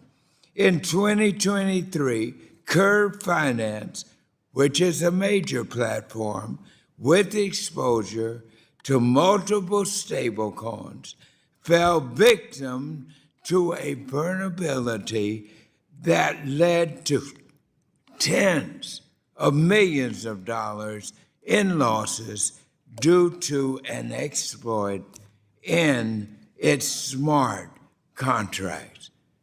Do you all know this? Now, Ms. House, am I scoring some points here? How in the world can we say they're safe when we're losing all of the millions of dollars? So my first question is, given these vulnerabilities, what regulatory frameworks can be applied to protect consumers and financial stability in the face of ongoing stablecoin heists, losing millions of dollars in our economy? Yes, Congressman, thank you for the question. And this was a critical issue and priority, certainly at the National Security Council, also seeing hundreds of millions and billions being stolen by illicit actors, and in some cases, nation states who were fueling their proliferation activities with these heists. One of the most critical things that's being exploited specifically in these heists is poor cybersecurity. Many of these heists are being exploited because of poor key management and basically just basic information security practices not being put in place in some cases, and there's not been enough of a focus and organization around standards and security. So the prudential protections, largely the ones that I outlined earlier and which are present in the McHenry-Waters bill in a more fulsome way, I think will help to reinforce some of the security measures and protections that need to get put in place to defend against these exploits. Let me ask you this. Should the United States consider requiring stablecoin issuers to hold fully audited reserves at insured banks to prevent cascading risk in the event of a breach? Roger, yes, Congressman. I do believe that the full reserve holdings is critical, and I'm glad to see that being reflected across several pieces of proposed legislation. And how can federal agencies ensure that stablecoin issuers adopt industry's best practices in cybersecurity and risk mitigation? Great. The first would be ensuring that federal agencies have a line of sight for oversight on especially systemically important and very large stablecoin actors that will serve as very high-value targets and have the responsibility to custody many of these assets. So making sure that at least on some of those critical components that there is the federal arm of oversight. Beyond that, I do think that work like standards, that there is an absence to a certain extent of standards. Decentralized communities have a tougher time organizing, so I think that some prompting and encouragement from the government side to help to identify where certain vulnerabilities are being exploited, and also to create new standards that are bespoke and unique to the blockchain space. Well, let us hope you're right, and thank you for your excellent testimony. Thank you very much. Gentleman yields back. Chair recognizes the distinguished Republican whip of the House, Mr. Emmer of Minnesota, who is also the author of the Anti-CBDC Surveillance Act. He's recognized for 5 minutes. Thank you, Mr. Chairman. Thanks for those words and for holding this important hearing today to study the promises of stablecoin technology to unlock economic efficiencies and the risks of central bank digital currencies to our privacy and freedom. I appreciate the committee's efforts to incorporate my feedback into the stablecoin bill over the past several Congresses, and I'm grateful to this committee for noticing my bill, the Anti-CBDC Surveillance State Act, in this hearing today. The bill's simple. It halts the efforts of unelected bureaucrats from ever issuing a central bank digital currency that could upend the American way of life. This bill has the support of over 100 members of Congress and groups ranging from the Independent Community Bankers Association and the American Bankers Association to Club for Growth, Heritage Action, and the Blockchain Association. CBDC technology is inherently un-American, and I'm grateful to President Trump for understanding this and signing an executive order banning CBDCs as one of his first actions as president. My bill would codify the executive order into law and prevent a future administration from creating such an obvious tool for financial surveillance against its own citizens. Chad, great to see you, Mr. Cascarilla. Proponents of the United States central bank digital currency often cite global competition in the race to extend the dollar's status as the world's reserve currency as promises of a CBDC. Do you think there's anything a potential United States CBDC could accomplish that a privately issued stablecoin could not? Thank you for the question, Congressman Emmer. I don't think so. I think historically innovation in the United States in both technology and in the financial services landscape has come from the private sector, and I think that is what we should continue to embrace, and I think that's what the bill would enable. Well, speaking of stablecoins, Section 15 of the Stable Act requires, the proposed legislation requires federal regulators to create and implement reciprocal agreements between the United States and jurisdictions with substantially similar regulatory frameworks for dollar-backed payment stablecoins. Can you explain the impact this section will have in extending the status of the dollar as the world's reserve currency? Thank you. Yes, I think the important point is that everybody wants a dollar. The U.S. is, of course, the home of the dollar. When we're exporting dollars, we're exporting American values. We want to make sure we have the same set of rules in the U.S. as we have around the world so that there isn't some arbitrage that's possible to issue from another jurisdiction. And by having that same set of rules that everyone has to meet in order to access the U.S. market, it will actually create a race to the top, not a race to the bottom. Thank you, Mr. Cascarilla. CBDCs introduce significant privacy risks and are fundamentally the antithesis of American values. On the other hand, this stablecoin bill can bring traditional finance on-chain at a global scale while preserving privacy, individual sovereignty, and free market competitiveness. This underscores why we must prioritize pro-stablecoin legislation alongside anti-CBDC legislation. I want to thank Chairman Hill again, and especially for working with me on the anti-CBDC Surveillance State Act, both in this Congress now and in the last Congress. And I'd like to applaud the efforts of Representative Warren Davidson, Representative Andy Ogles, and former representative and a good friend of the chair and myself, Representative Alex Mooney, for their contributions to this text and for helping make it a stronger legislative proposal. I yield back the rest of my time. Thank the gentleman. Gentleman yields back. Gentleman from Massachusetts, Mr. Lynch, the ranking member of the Digital Assets, Financial Technology, and Artificial Intelligence Subcommittee, is recognized for 5 minutes. Thank you, Mr. Chairman. Ms. House, currently just a couple of stable coins have about 90% of the market. Is that correct? Yes, sir. Yeah. Yes, Congressman. So this market is susceptible to concentration. It does, yes, Yeah. Congressman. So we're looking at Meta. Meta's got 3.9 billion subscribers across all its platforms, Instagram and WhatsApp, as well as Facebook. And Apple probably has 1 billion paid monthly subscribers. What would be the impact if both those firms came in and just established stable coins? What would happen to the competitiveness of the market here in stable coins? It's an interesting exercise. I think first off, it depends on if there's a regulatory framework that would help to enable competition and enable protection for some smaller players to come in. But without protections against it, I think that the potential for them to come in and leverage very, very large market shares with their devices and applications and others, it's possible that they could take over. Of course, without protections, there's still very major players, especially foreign operating ones that have currently been operating without much transparency or consumer protection also that they'll be coming up against.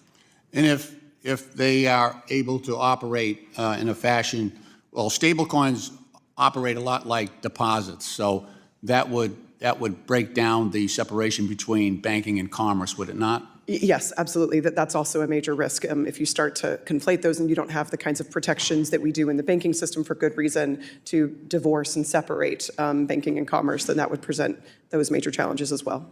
Mr. Guynn, is that I don't want to pronounce your name wrong. Sorry, it's Guynn. Guynn, I'm sorry. First of all, thank you for your testimony to all the panelists. You mentioned a couple of times that stablecoins should be as safe and as secure as FDIC-insured deposits. But in the past several years, I sit up here and I see the collapses. So we've had at least 20 stablecoins just collapse. We've had every single major stablecoin in the world depeg from the dollar. So we've watched as the Federal Reserve, FDIC, had to go in and rescue Silicon Valley Bank. I mean, did that not happen? It certainly did, and I think the reason... because this is the first time any of you have said that happened. Look, the idea of scientific method is when you try something and it doesn't work and it blows up and it causes people damage, you adjust and you develop improvements.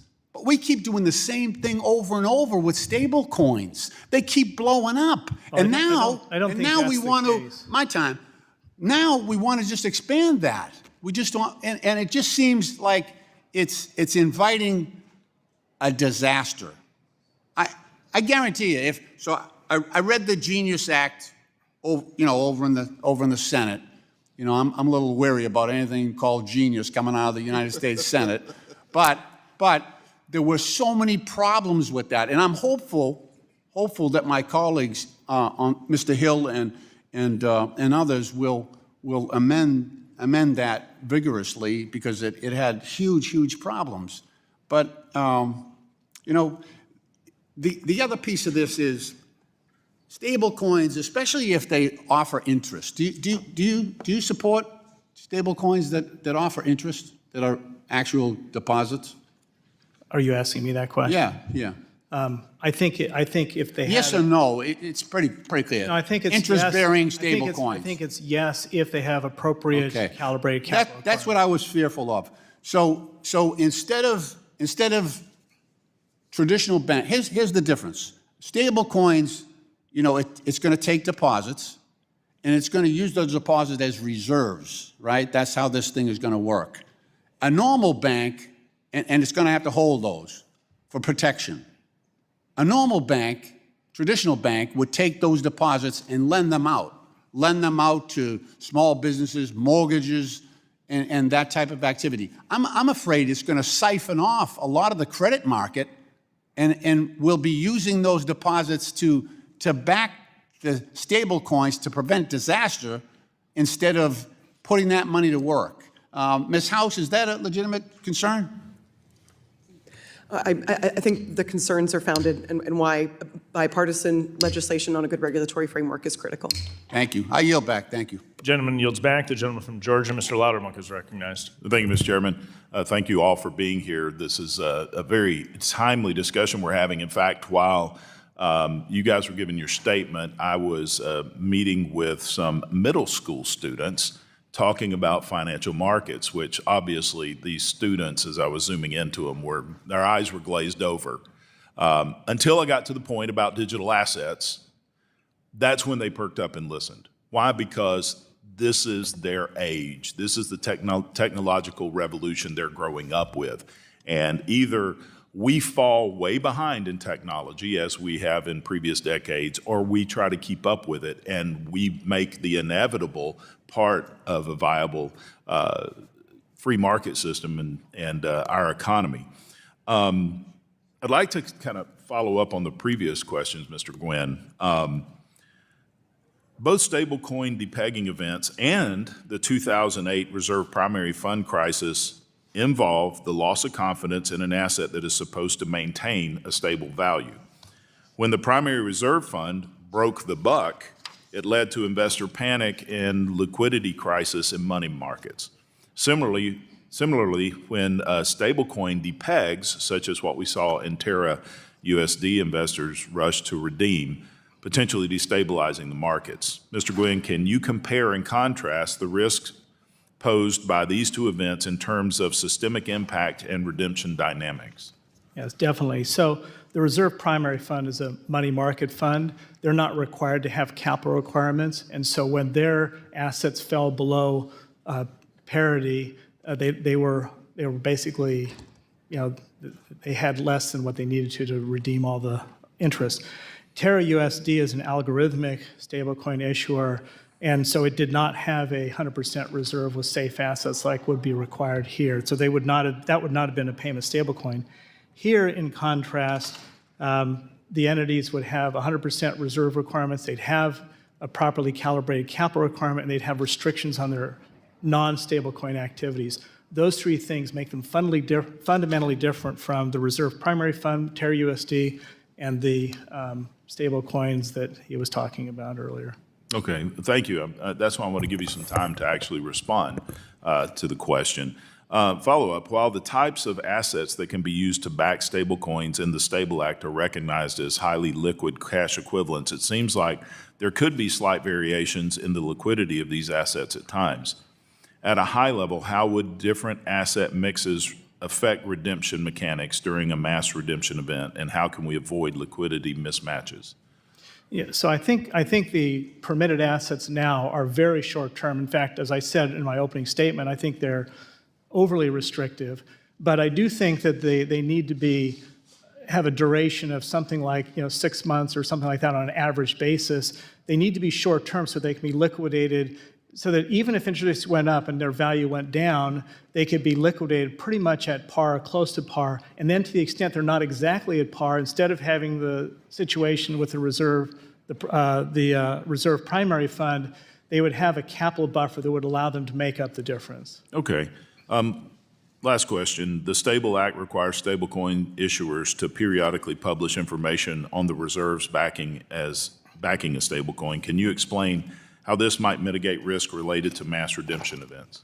Yeah, that public disclosure is critically important to that, and also to distinguish a payment stablecoin issued under this act and other stablecoins. As I said earlier, the goal is to structure payment stablecoins so that they are what economists call no questions asked money, so you can have absolute confidence in them. And so I think that that's what needs to be done, and I think that the Stable Act should accomplish that. Okay, thank you. Ms. Butler, for the few moments I have remaining, on Friday, Treasury Secretary Scott Bessent said that stablecoins would help ensure that the U.S. dollar remains the world's reserve currency. How would the demand for treasuries created by the new stablecoin collateralization requirements affect the demand for U.S. dollars and U.S. dollar foreign exchange rates globally? Thank you very much for the question. Given that U.S. treasuries are actually one of the non-cash assets held in the reserve, it would stand to reason that as the demand for U.S. dollar represented on chain, i.e. a stable coin, grows, that you would see that underlying reserve grow as well. And that backbone of the global economy today, in terms of trust and security being the U.S. Treasury, would continue to be there in the form of a U.S. stablecoin.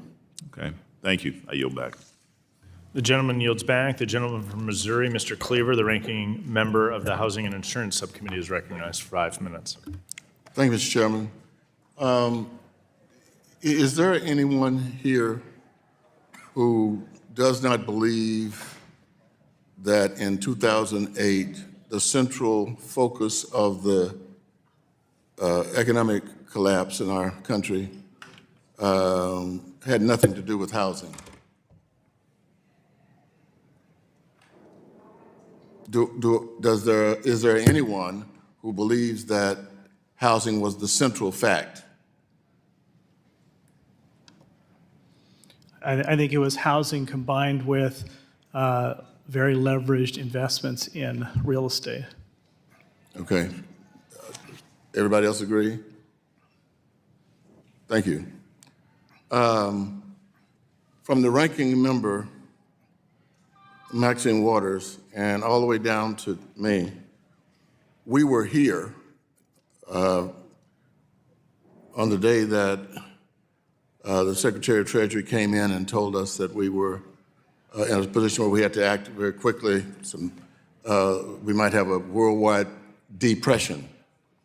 And I have come to believe over my career in life that experience is the very best teacher, and the worst experience teaches us the best lessons. And that causes me to have great concern. There was a pro-public article that came out recently, and over at HUD, there were two officials who believed that HUD needs to start using cryptocurrency, and that was actually a meeting, and they went into great detail on how this would function. And it would be a trial run, but wouldn't this be just another unregulated security into the housing market? Anybody? I'll just briefly say that I think the dynamic you're highlighting actually relates to one of the reasons to be enthusiastic about stablecoins.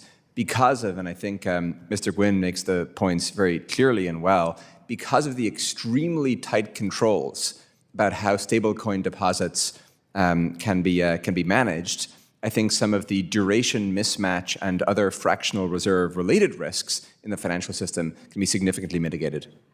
Okay, so HUD now wants to start doing their funding through cryptocurrency. I don't know anything about the HUD specific dynamics. Well, they are. I mean, that's kind of a fact, and so I'm concerned, just because of experience, that another unregulated security. And when you look at this sheet, you can't see it, I don't think. But this is Congressional Intergovernmental Relations staff. Right now, Ms. House, there's a move to shut down the CFPB, as I think everybody in the world knows. Their only job is protecting consumers.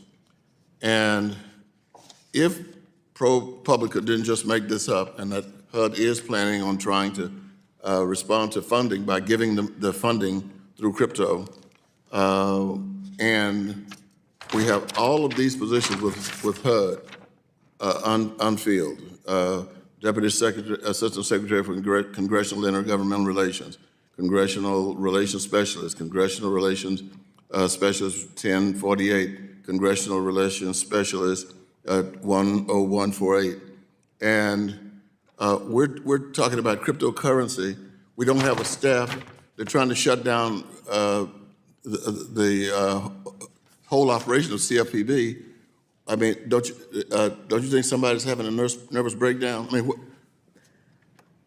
mean, I don't know. You don't have to tell me who's having the nervous breakdown, but Yeah, I would just to reinforce some of the issues that you've been highlighting about this, the need for us to make sure that we have strong consumer protections, and especially in a space like with stablecoins and other digital services, we're getting more and more reliant and interconnected on these digital services with even more data and more access and reach, and ultimately what that demands is a stronger capacity to be able to protect consumers. So ultimately, I don't think that it's wise to make arbitrary decisions to shut down things that are protecting consumers. If they want to drive more like effectiveness and efficiencies, The gentleman's time has expired. Apologies.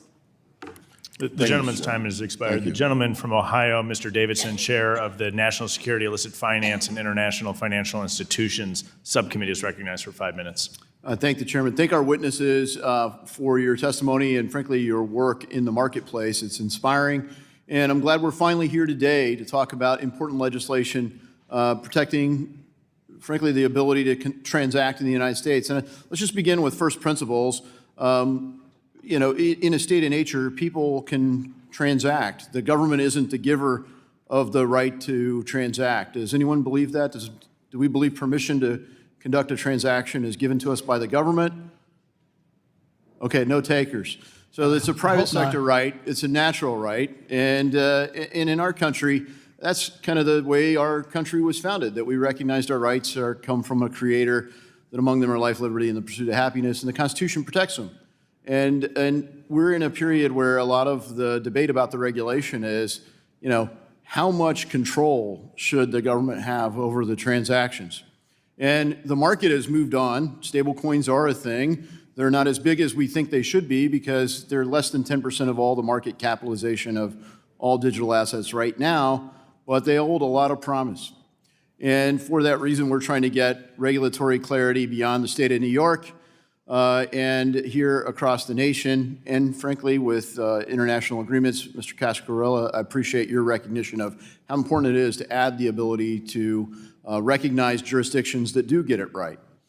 But when we think first, let me just start about cash, because cash has been around for a long time, and you physically possess it in a permissionless way. You don't need permission from a government or even your bank to get it. Now, it's almost illegal to get your own cash, but not entirely, right? And financial institutions have an interest in preserving the deposits. They want all the stuff deposited. But at the end of the day, so do the consumers. They want the deposit. Some portion they protect.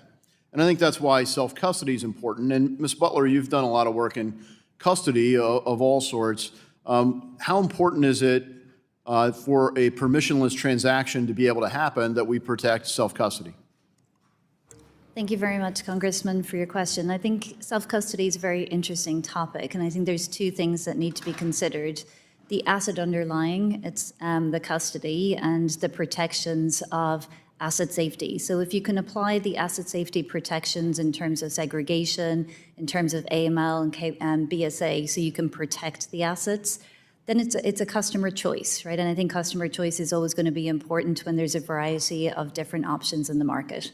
Yeah, thank you. Mr. Collison, you guys are facilitating a large number of transactions, and certainly consumers and vendors want to use your platform to do transactions. But some portion of that in the digital world, if you read the Bitcoin white paper, you don't have to go very far. The goal was to facilitate permissionless transactions, not entirely permissioned. How do you see self-custody fitting in that framework? Appreciate your highlighting this. I think the self-custodial aspects of cryptocurrencies are, I think they're an important liberty, but also something that creates real challenges with respect to illicit activity and fraud and AML and so forth. With respect to stablecoins in particular, something that I think is helpful and I think has been highlighted here is that because of the on-ramp, off-ramp dynamic, you have these natural points where some degree of system integrity can be ensured and BSA and other requirements can be applied. But I think to your point, there is a separate question as to how this should work with more traditional cryptocurrencies. Yeah, thank you for that. And frankly, you have KYC responsibilities for your customers. And once they off-ramp it, just like cash, you might have some obligation to report that they did, but then you're not responsible for the entire network of money because whatever US dollar coin's used for by anyone, well, you're only responsible for your customers, and we want to safeguard that. The nice thing to the point about what is it backed, we're here talking about stablecoins, and stablecoins are backed. Frankly, they're more secure than bank deposits. There's no fractional reserve lending against the deposits. It's one-to-one in a case of a dollar, and you don't have any liquidity or time period horizon, 6 months T-bills versus repo markets, reverse repo markets, with commodity-backed stablecoins like gold. It's a redemption of 1 ounce of gold claim. And so it's a very secure, you're essentially, by self-custody, signing ownership. Last thing, I definitely want to associate myself with Mr. Emmer's remarks on central bank digital currency. We don't want them to design it, develop it, implement it, or impose it. It is the polar opposite of the system. It is a system for surveillance, coercion, and control. We certainly don't want that form of money anywhere. And I yield. Gentleman yields back. Ms. Beatty, the ranking member of the National Security Illicit Finance and International Institutions Subcommittee from Ohio, is recognized for 5 minutes. Thank you, Mr. Chairman and ranking member. First, to all the witnesses, thank you for being here today. Ms. House, like you, I care about economic and technological security. I take very seriously the national security concerns posed by emerging technology and the unknowns that exist within the digital asset ecosystem. The existence of the digital market is not going to change, and the public appetite for it is not waning anytime soon, it appears. Like you, I agree that we need to establish mechanisms for victim resources and ways to track illicit funds and patch security vulnerabilities in smart contracts. It's clear that the current administration is going all in on crypto. The president and the first lady made over $1 billion on a Trump and Melania coin, defrauding his supporters on their hard-earned money and allowing him to make more money than he's ever in his past failed businesses. Eric Trump has also used his social media pages to promote coins, and he's invested in under the guise of good investment. To me, this is a direct example of fraud, market manipulation, and conflict of interest. Now, Ms. House, you noted in your testimony that pump and dump schemes endanger market integrity. So my question, how can we ensure the stablecoins uphold their integrity through regulation when the surrounding ecosystem is the Wild Wild West? Great. Thank you, Congresswoman, for the question. And ultimately, it's really the purpose of this hearing, putting in place as timely as possible the prudential framework that we need quickly for stablecoins to make sure that we have the necessary protections for consumers to ensure the integrity of the asset. That means things like bankruptcy and resolution capabilities. It does mean things like one-to-one reserves, and also prevention of and the prohibition on rehypothecation of assets. So many of the protections that are outlined, some of them in the Stable Act, and more holistically in the Waters-McHenry bill. Okay, well, while I have you, as the chairman mentioned in introducing me, I serve as the ranking member on the subcommittee of National Security, Illicit Funds, and International Financial Institutions. And as we know, cryptocurrency is the favored payment method for bad actors and criminals engaging in cybercrime, money laundering, sanctions, evasions, bribery, embezzlement, and I could go on and on with that. The stablecoin legislation that was negotiated between our ranking member and former Chairman McHenry included critical protections for anti-money laundering and counter financial terrorisms that we stripped in this Republican-led bills that we're considering today. Can you discuss the provisions in which the AML-CFT protections should be included in any stablecoin framework? Absolutely, Congresswoman. Something I care very much about when I led crypto policy at FinCEN, our AML regulator. So I think what we need is certainly very clear guidance and expectation on the holistic framework for countering illicit finance. So that's both AML, CFT, and on sanctions applicability. So looking to things like extraterritorial application, that ultimately is critical, including for rewarding the good actors, many of which have been U.S. firms that have long been operating more compliantly versus others. We need to make sure that anyone who is purporting to be administering a U.S. dollar-backed stablecoin does not allow for U.S. dollars to become accessible to the greatest threats to our national security. So strengthening those provisions, making sure that we're clear about who is implementing those regulations and controls, and ensuring that they're as strong or on parity and equivalent to things like our banking requirements, and then also making sure that freeze and recovery capability is in place, which will help AML and also fraud and consumer recovery and recourse. Thank you. As an expert, that certainly helps me, and for me it confirms or reconfirms that the Waters-McHenry critical protections that they were putting in their proposed legislation is something we really need. So hopefully, Mr. Chairman, you all would consider going back to what former Chair McHenry had proposed with Ranking Member Waters. Thank you, and Mr. Chairman, I yield back the rest of my time. The gentlewoman yields back. The gentleman from Tennessee, Mr. Rose, is recognized for 5 minutes. Thank you to Chairman Hill and Ranking Member Waters for holding this hearing, and thank you to our witnesses for taking time from your schedules to join us today. The Stable Act forges a path forward based on both innovation and accountability. While we have heard a lot regarding the innovation that this bill would unlock, I also think it is important to highlight the accountability that this brings to the stablecoin industry. The Stable Act would require reports regarding the stablecoin issuer's reserve composition to be publicly disclosed, audited, and attested to by the issuer's executives. Mr. Guynn, how will these requirements hold the stablecoin issuers accountable to the bill's reserve requirements?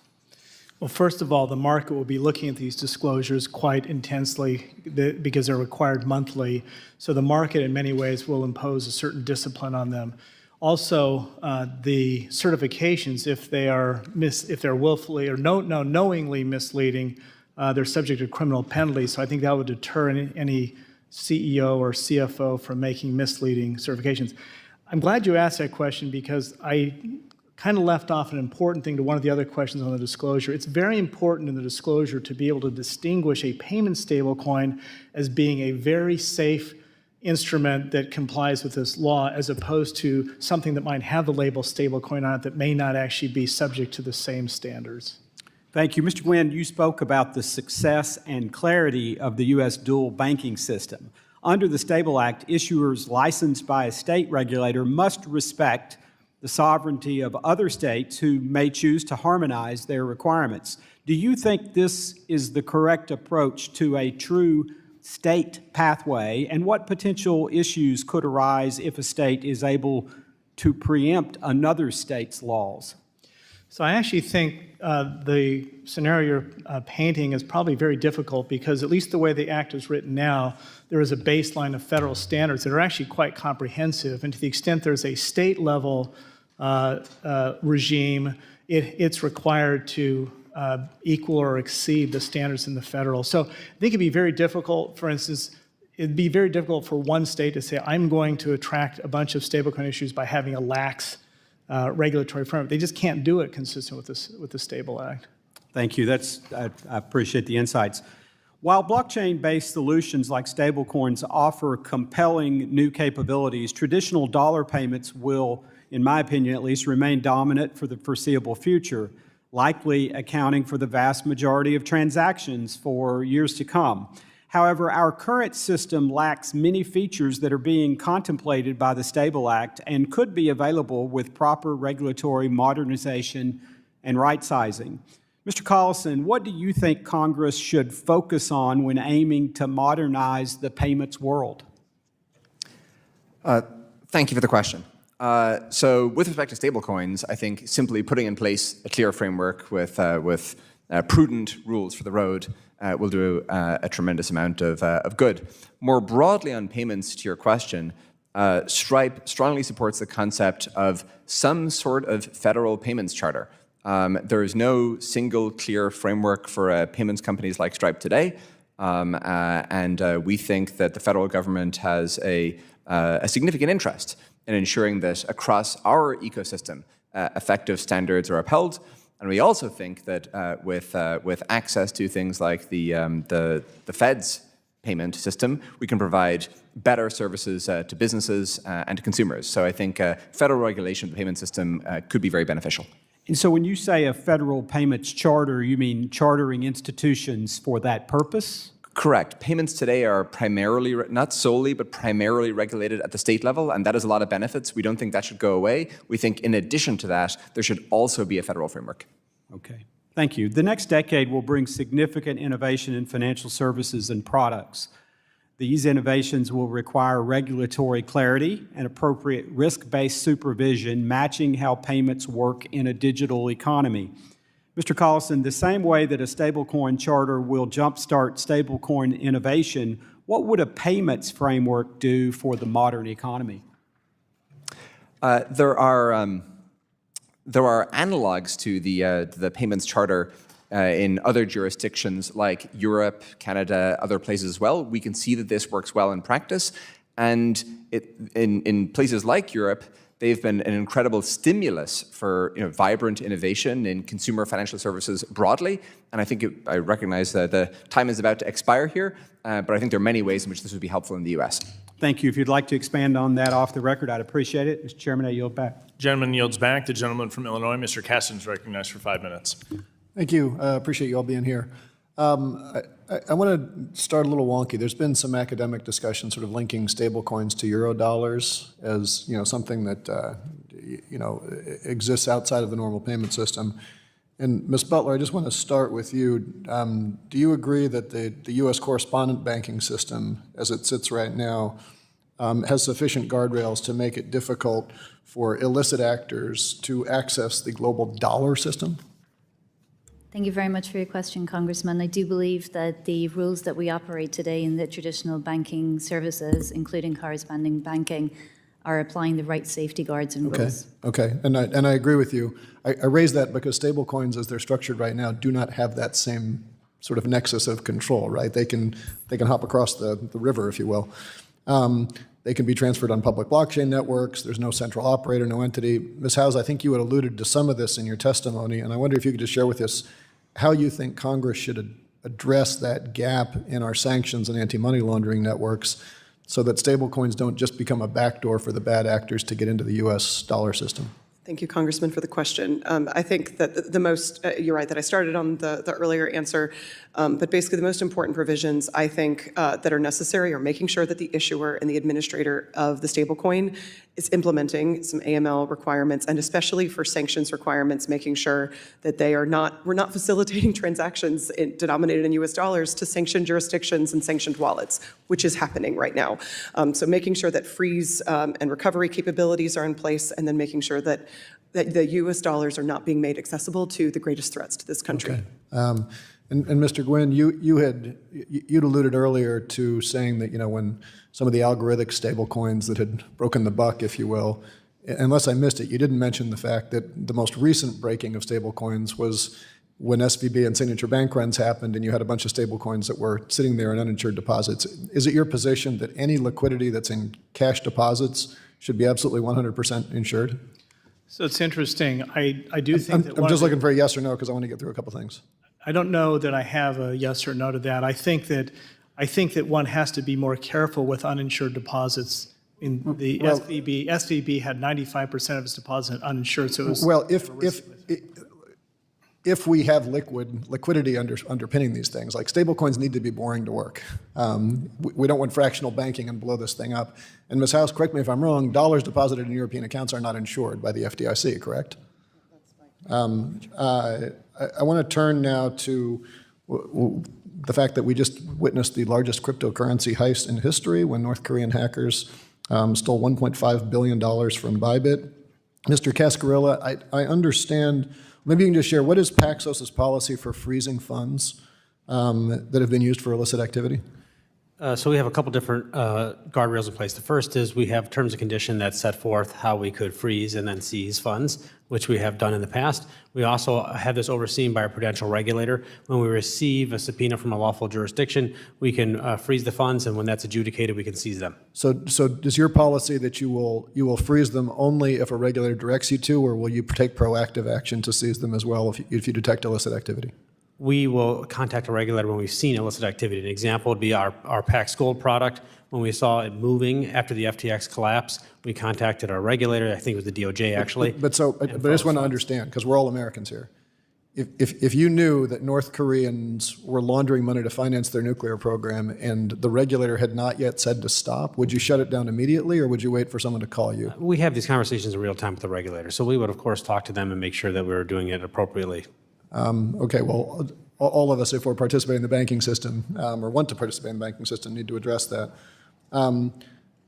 Given the speed at which some of these people go through, particularly, right? Because it's one thing to say we're having real-time conversations, but I mean, these things can hop through in an instant.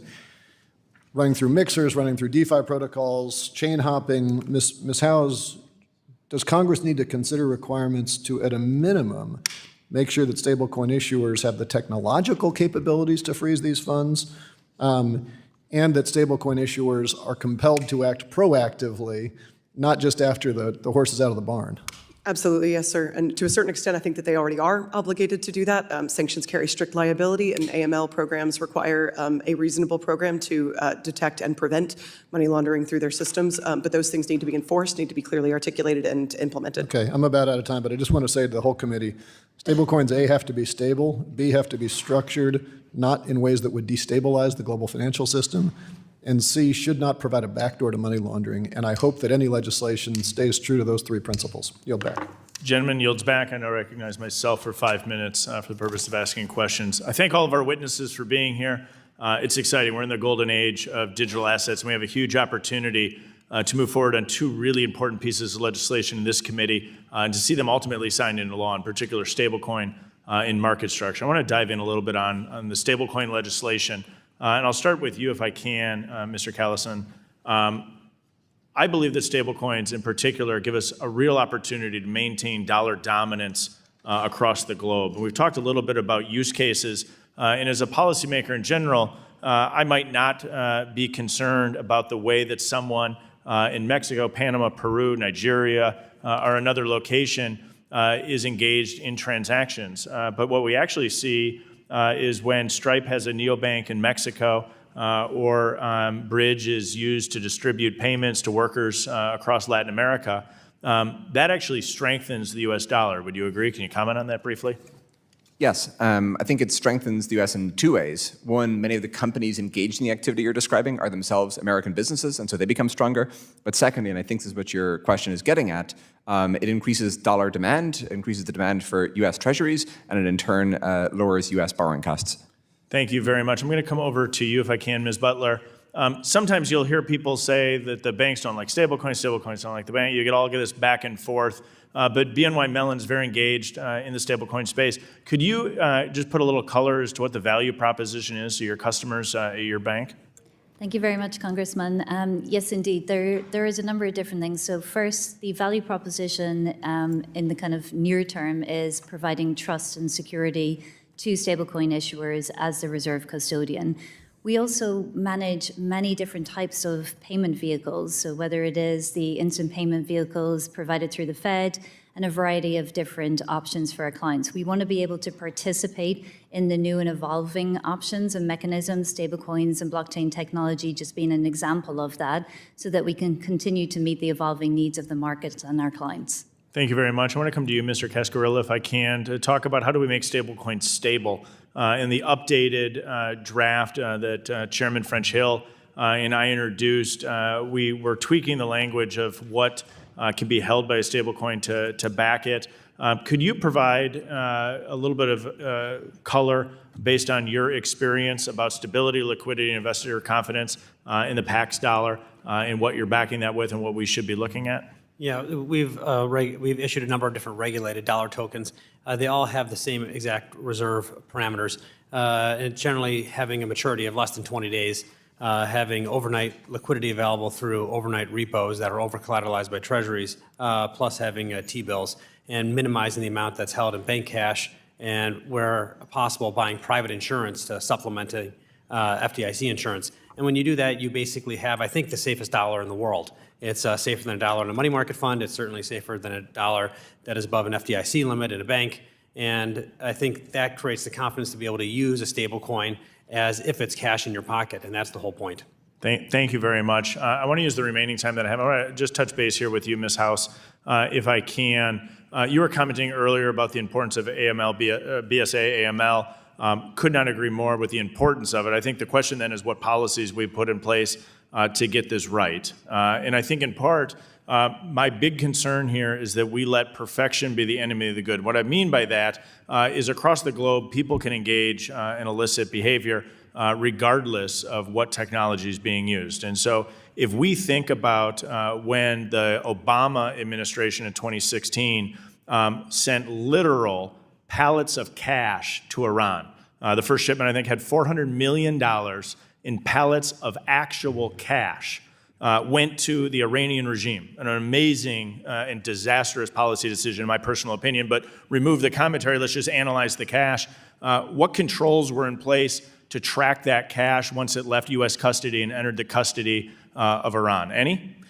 Honestly, I wouldn't be familiar with that. I was in the Army. But in general, you're familiar with cash. Would there be any tracking mechanism in place as that cash floated around the country of Iran? It'd be very difficult. It'd be really, really difficult, right? So if Iran was taking literally those pallets of cash provided by the Obama administration and was doing something illicit like funding terrorism, we know Iran is one of the, or probably is the number one funder of illicit finance.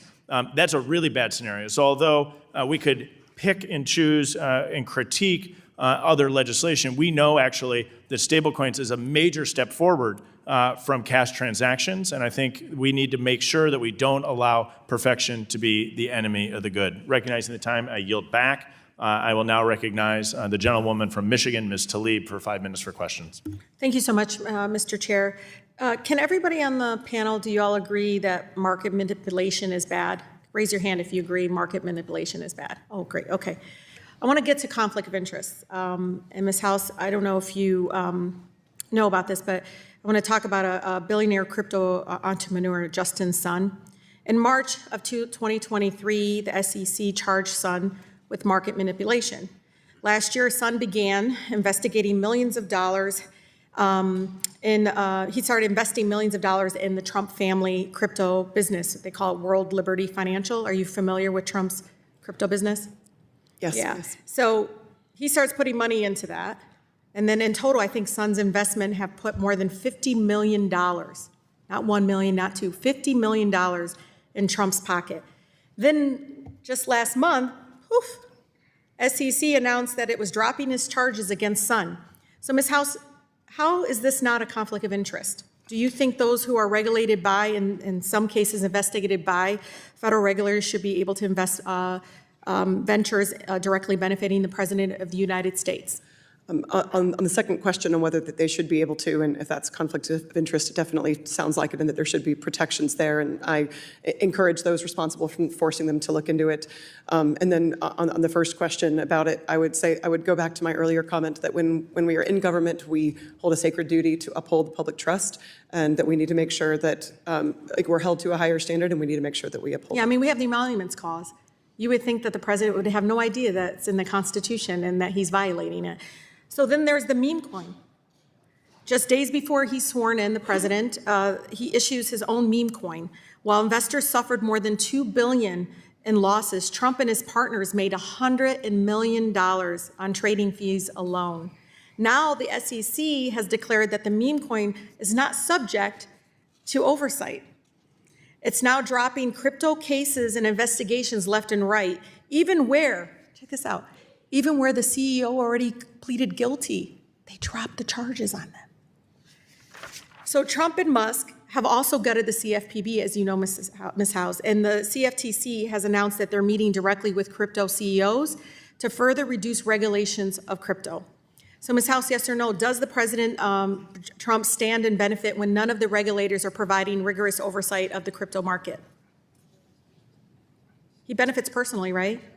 It sounds like the financial interests may, although I will say that there have been instances where more regulation and clarity have benefited the market also. So the President of the United States has no oversight over this meme coin, all this investment right now. None.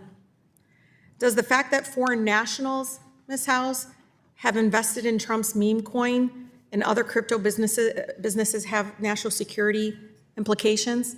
Foreign nationals have invested in the meme coin.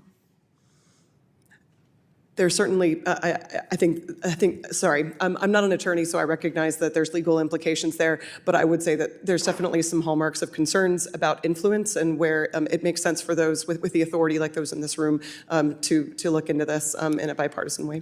During the last election, the crypto industry spent over $130 million backing Trump and others. It looks like that investment is paying off to me.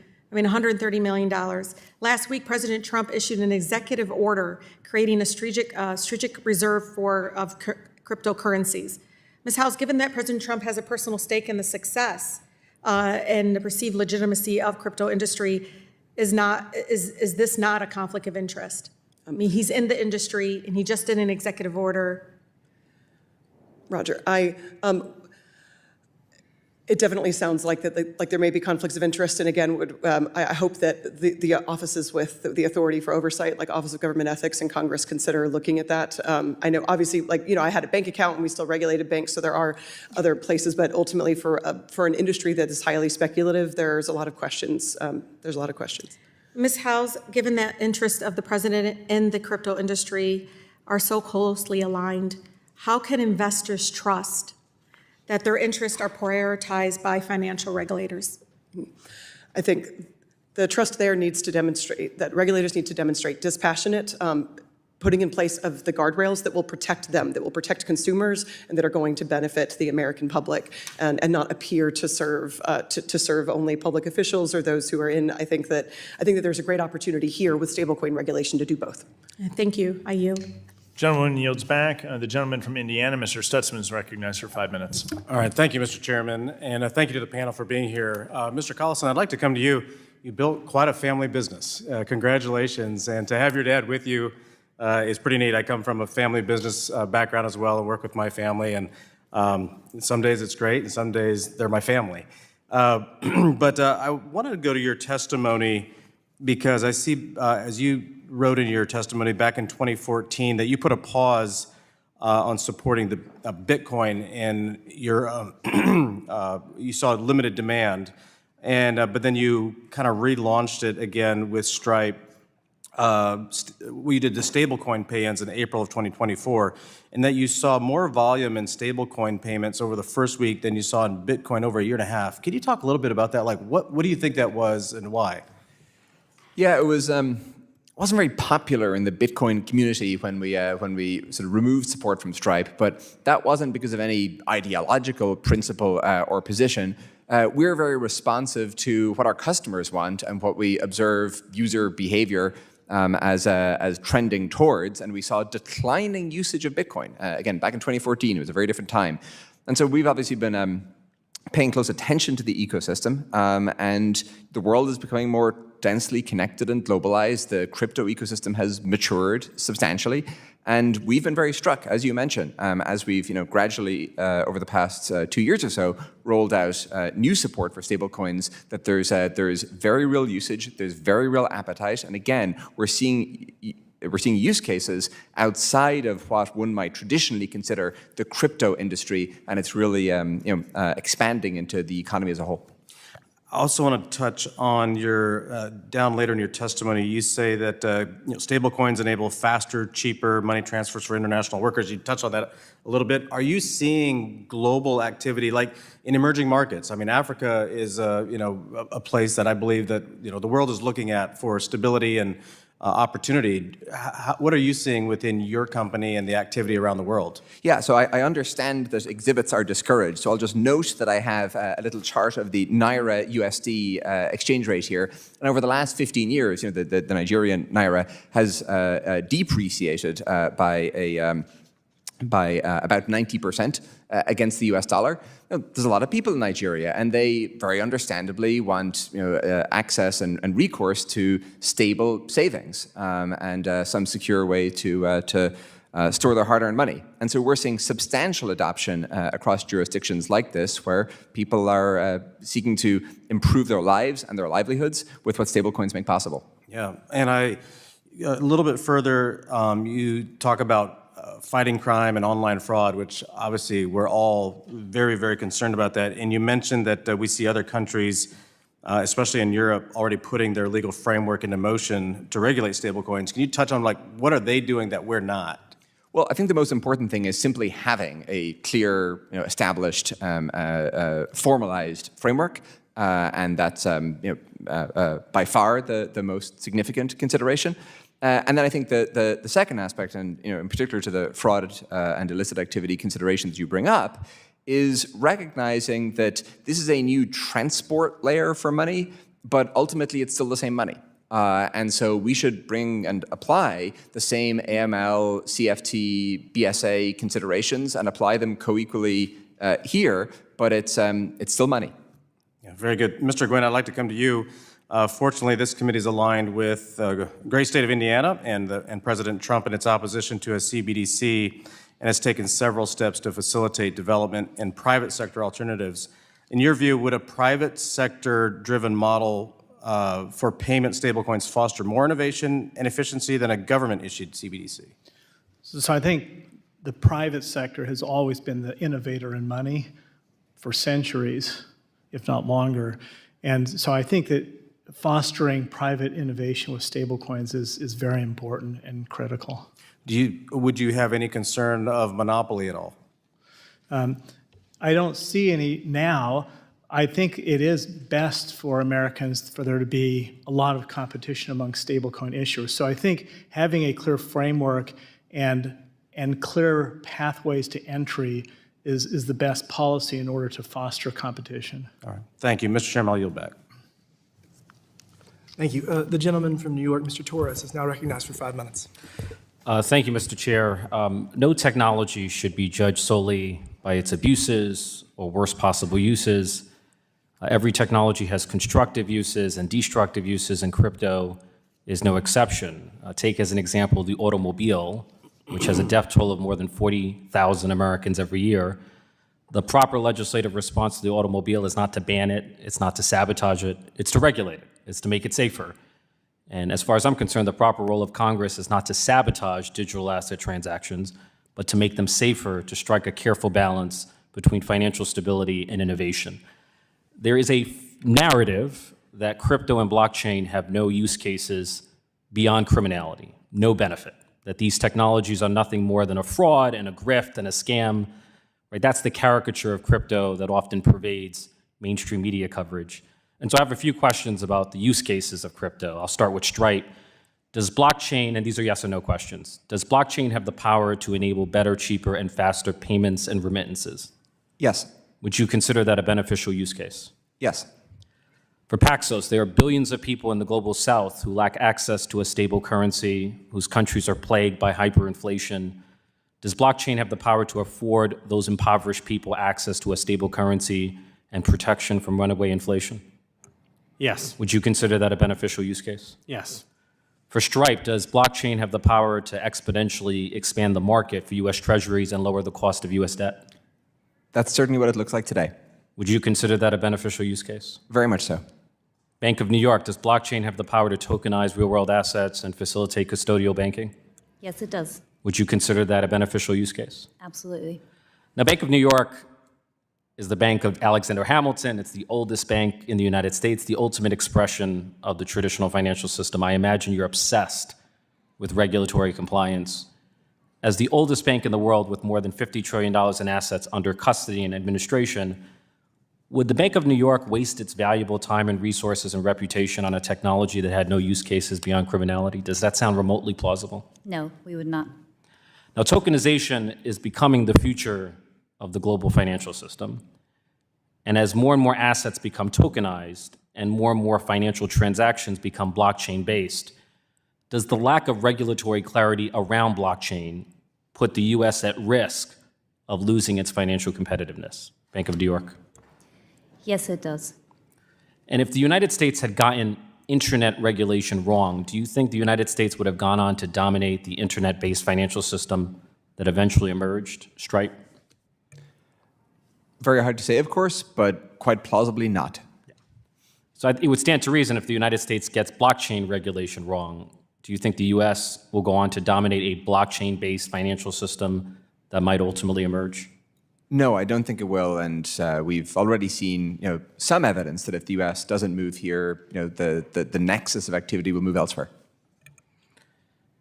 So as far as I'm concerned, in order for the United States to remain the superpower of the world, we must embrace emerging technologies. We must harness the power of emerging technologies to make America more productive at home and more competitive abroad.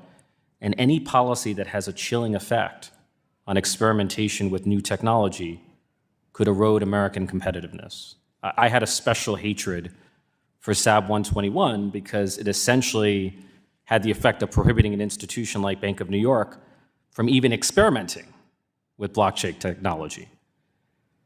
And I feel we in Congress should have the intellectual humility to recognize that digital assets will develop use cases that none of us can foresee.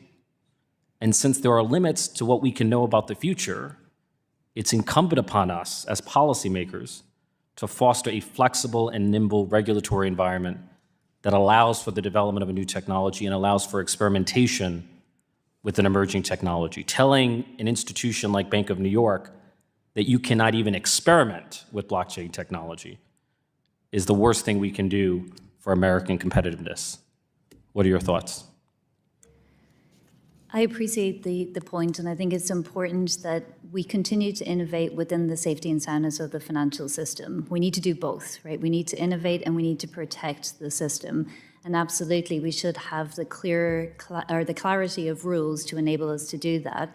And we should welcome competition, right? That competition drives our economy and enables the right types of outcomes for all consumers in the marketplace. I see my time has expired. Thank you.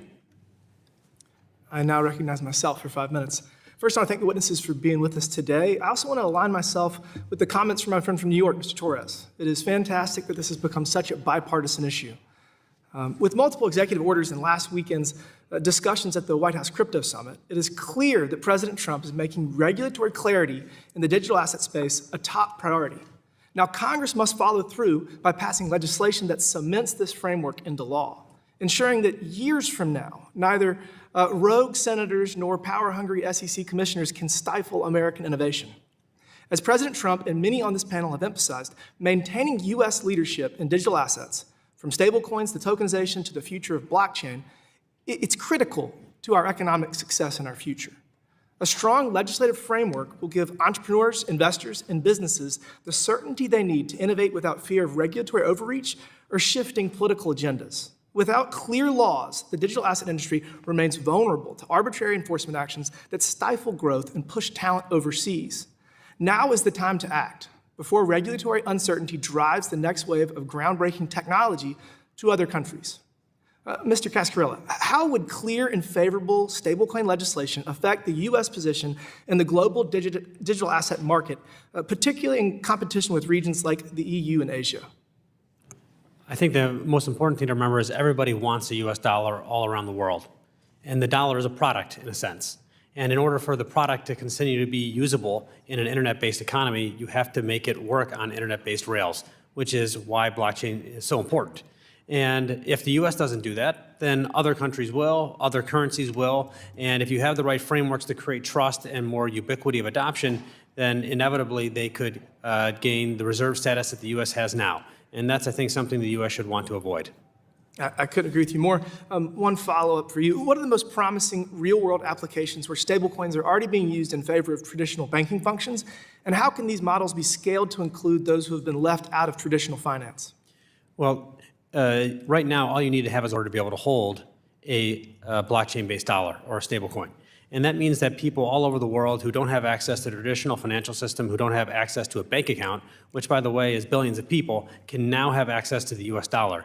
And they want the dollar because most of those people who are unbanked or underbanked are potentially and very significantly in countries that have depreciating currencies, as Patrick was pointing out. I'm going to follow up on that. So I kind of see this future where autocracies that use controlling their banking system as a means of controlling their population as being challenged by this future and the future of digital assets. Do you agree that that's something that authoritarian governments are going to have as a challenge in the future once this becomes more commonplace? Absolutely, and that's why I think it's so important to recognize that you're not just exporting dollars, we're exporting American values. And everyone wants a dollar. They also want America. They want to be able to have access to our financial system and to our assets, and we should take advantage of that by making sure that we can give it to them in a way that actually has true utility for where the economy is going. In addition to digital assets challenging authoritarian governments, I do believe that Starlink has potential to disrupt authoritarian governments' control of information. So I think that the future that these technologies can provide us has the potential to really reshape global politics for the better. Mr. Collison, how do we ensure that payment companies like yours are able to serve all types of businesses, no matter the uncertainty in Washington? I think that so long as there are clear regulatory frameworks in place and that those frameworks are stable, I think that the financial ecosystem as a whole is going to focus its efforts on serving American consumers and businesses. Thank you for that. In my view, this committee's most important role in the DeFi space is to create stability and consistency in the market for stablecoins and tokenized real-world assets. For years, the digital asset sector has suffered from the constant swings of the political pendulum. This uncertainty only harms American innovators and weakens the U.S. economy and marketplace. As Congress, we must use stablecoins to set clear precedent. Regulatory clarity is coming for the digital assets industry. President Trump has made this a priority, and we must follow through to ensure that blockchain innovation has a strong foundation here in the United States. By taking decisive action now, we can solidify America's leadership in the global digital economy for years to come. With that, I yield back, and the gentlewoman from Texas, Ms. Garcia, is now recognized for 5 minutes. Thank you, and thank you to all the witnesses here today, especially the two from Ireland. We'll remember you next week. Mr. Chairman, I think we should have had him here on St. Patrick's Day rather than today. It would have been more fun.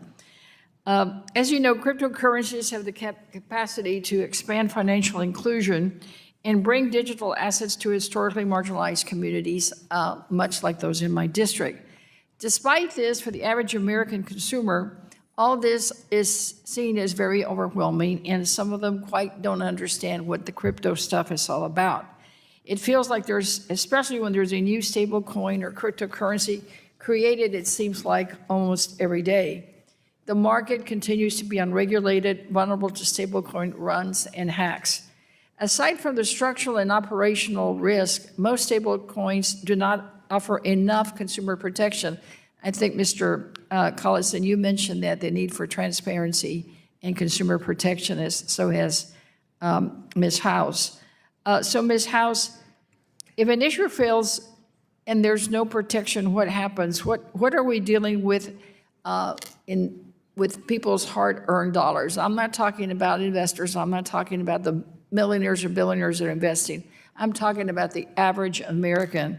Why is strong regulation and enforcement authority critical in this stablecoin legislation to protect them? Thank you, Congresswoman, for the question.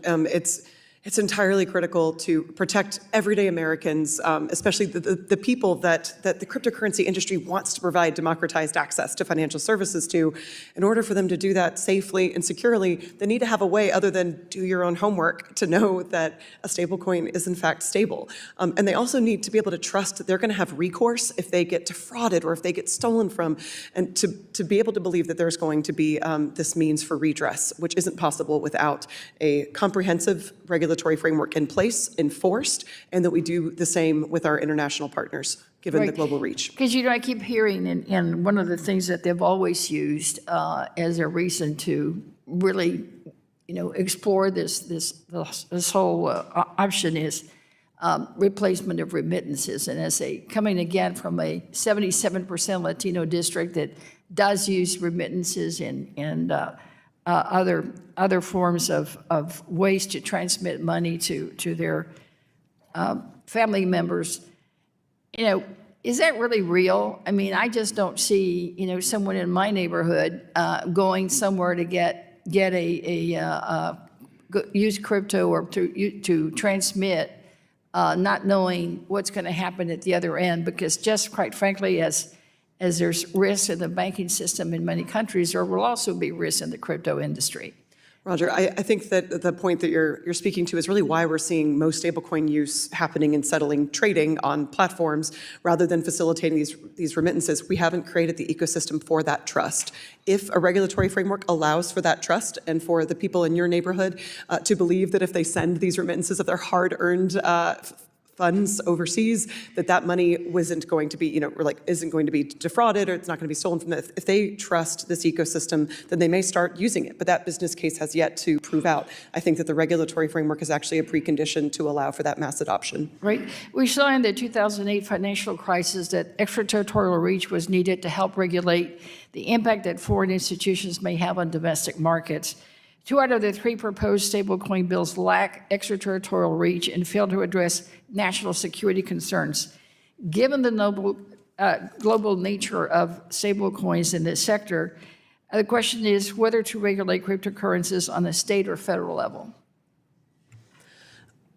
In my view, the federal level has to be involved. I support the state level happening and there being kind of a partnership, again, reflective of the McHenry-Waters bill that made room for there being partnership and the role for federal agencies in creating the standards. But given the global reach and given allowing for global instant access payments and specifically purporting that these assets are a dollar substitute or representing a dollar, it makes sense that federal regulators would want to have oversight into these assets, especially when they reach potentially systemic risk levels. Do you think that we can really get to that balance of having, again, the broad federal regulation and then still allow states to do some of the things that, some of our state banks do? Yes, ma'am, I do believe so. You do? I've got 7 seconds quickly. In your opinion, who should oversee stablecoin issuers of less than $10 billion? The federal level should have oversight.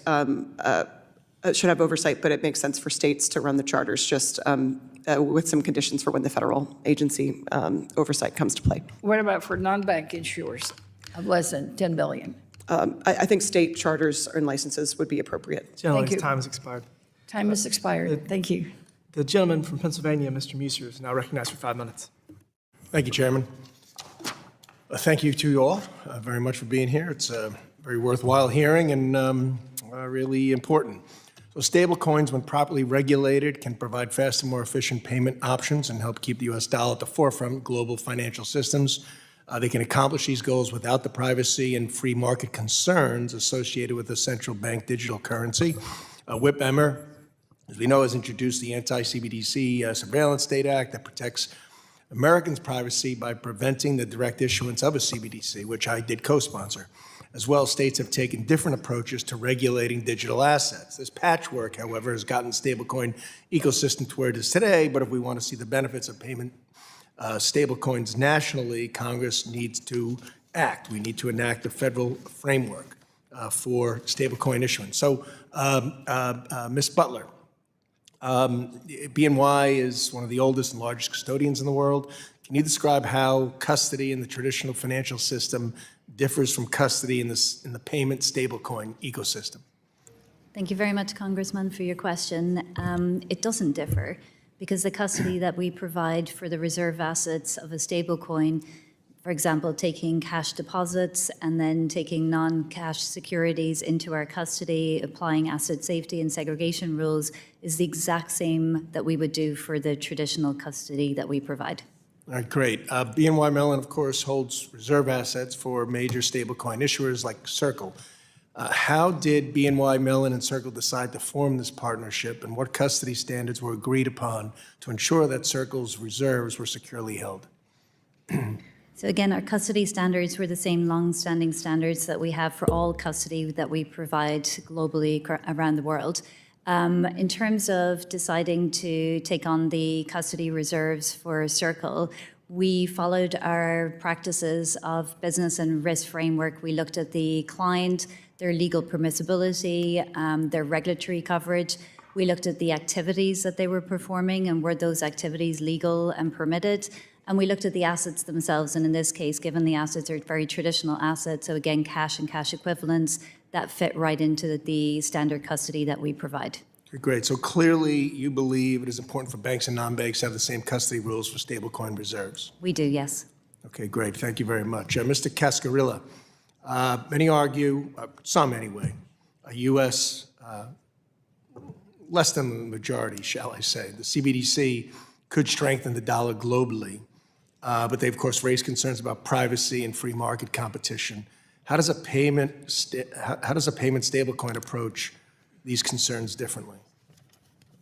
I think the important point with the payment stablecoin issued by private issuers is that you're creating the innovation to respond to the market in a very timely manner. And we're still at a very early stage of the market where there's a lot of innovation that is still needed. I think that there have been some examples of attempt for CBDCs to be issued by other countries, and they've been perceived as surveillance coins and have not been widely adopted as of yet. And I think that could potentially be a limitation to the U.S. being able to successfully issue a CBDC. Can payment stablecoins strike a better balance between preserving individual privacy rights and maintaining the dollar's status as a leading global currency? I agree with that. You agree we could find a better balance? I think that the right balance is to make sure that the private sector is leading and being able to create the innovation and being able to make sure that it's responding to the market as fast as possible. And I think that's going to be done from the private sector. Do you think the protections are then enough within the Stable Act and 521 for that matter? I do think that they are fit for purpose. I think that they have the right BSA AML rules as well as the right reserving requirements, and the right international reciprocity can be put into place to make sure that the U.S. is setting the standards that everyone follows. Okay, thank you. Mr. Guynn, in states like Pennsylvania, for instance, digital asset regulation is limited to money transmitter licensing. State regulators often want federal guidance on emerging technologies, but also prefer to maintain their own authority. How does the federal floor concept in the Stable Act ensure consistent national standards for stablecoins while still respecting each state's ability to regulate according to local needs? Yeah, so I would say that the states have more flexibility in the dual banking system to have alternative regulatory frameworks. There are federal minimum standards in the banking, but they only cover a small part of the activity. Here it's pretty comprehensive. I think it would be very difficult for a state to do much other than increase standards if they wanted to do so. Okay, great. Thanks very much. Mr. Chairman, I yield back. Thank you. The gentleman from California, Mr. Liccardo, is now recognized for 5 minutes. Thank you very much. I appreciate the progress in the political discourse over stablecoin.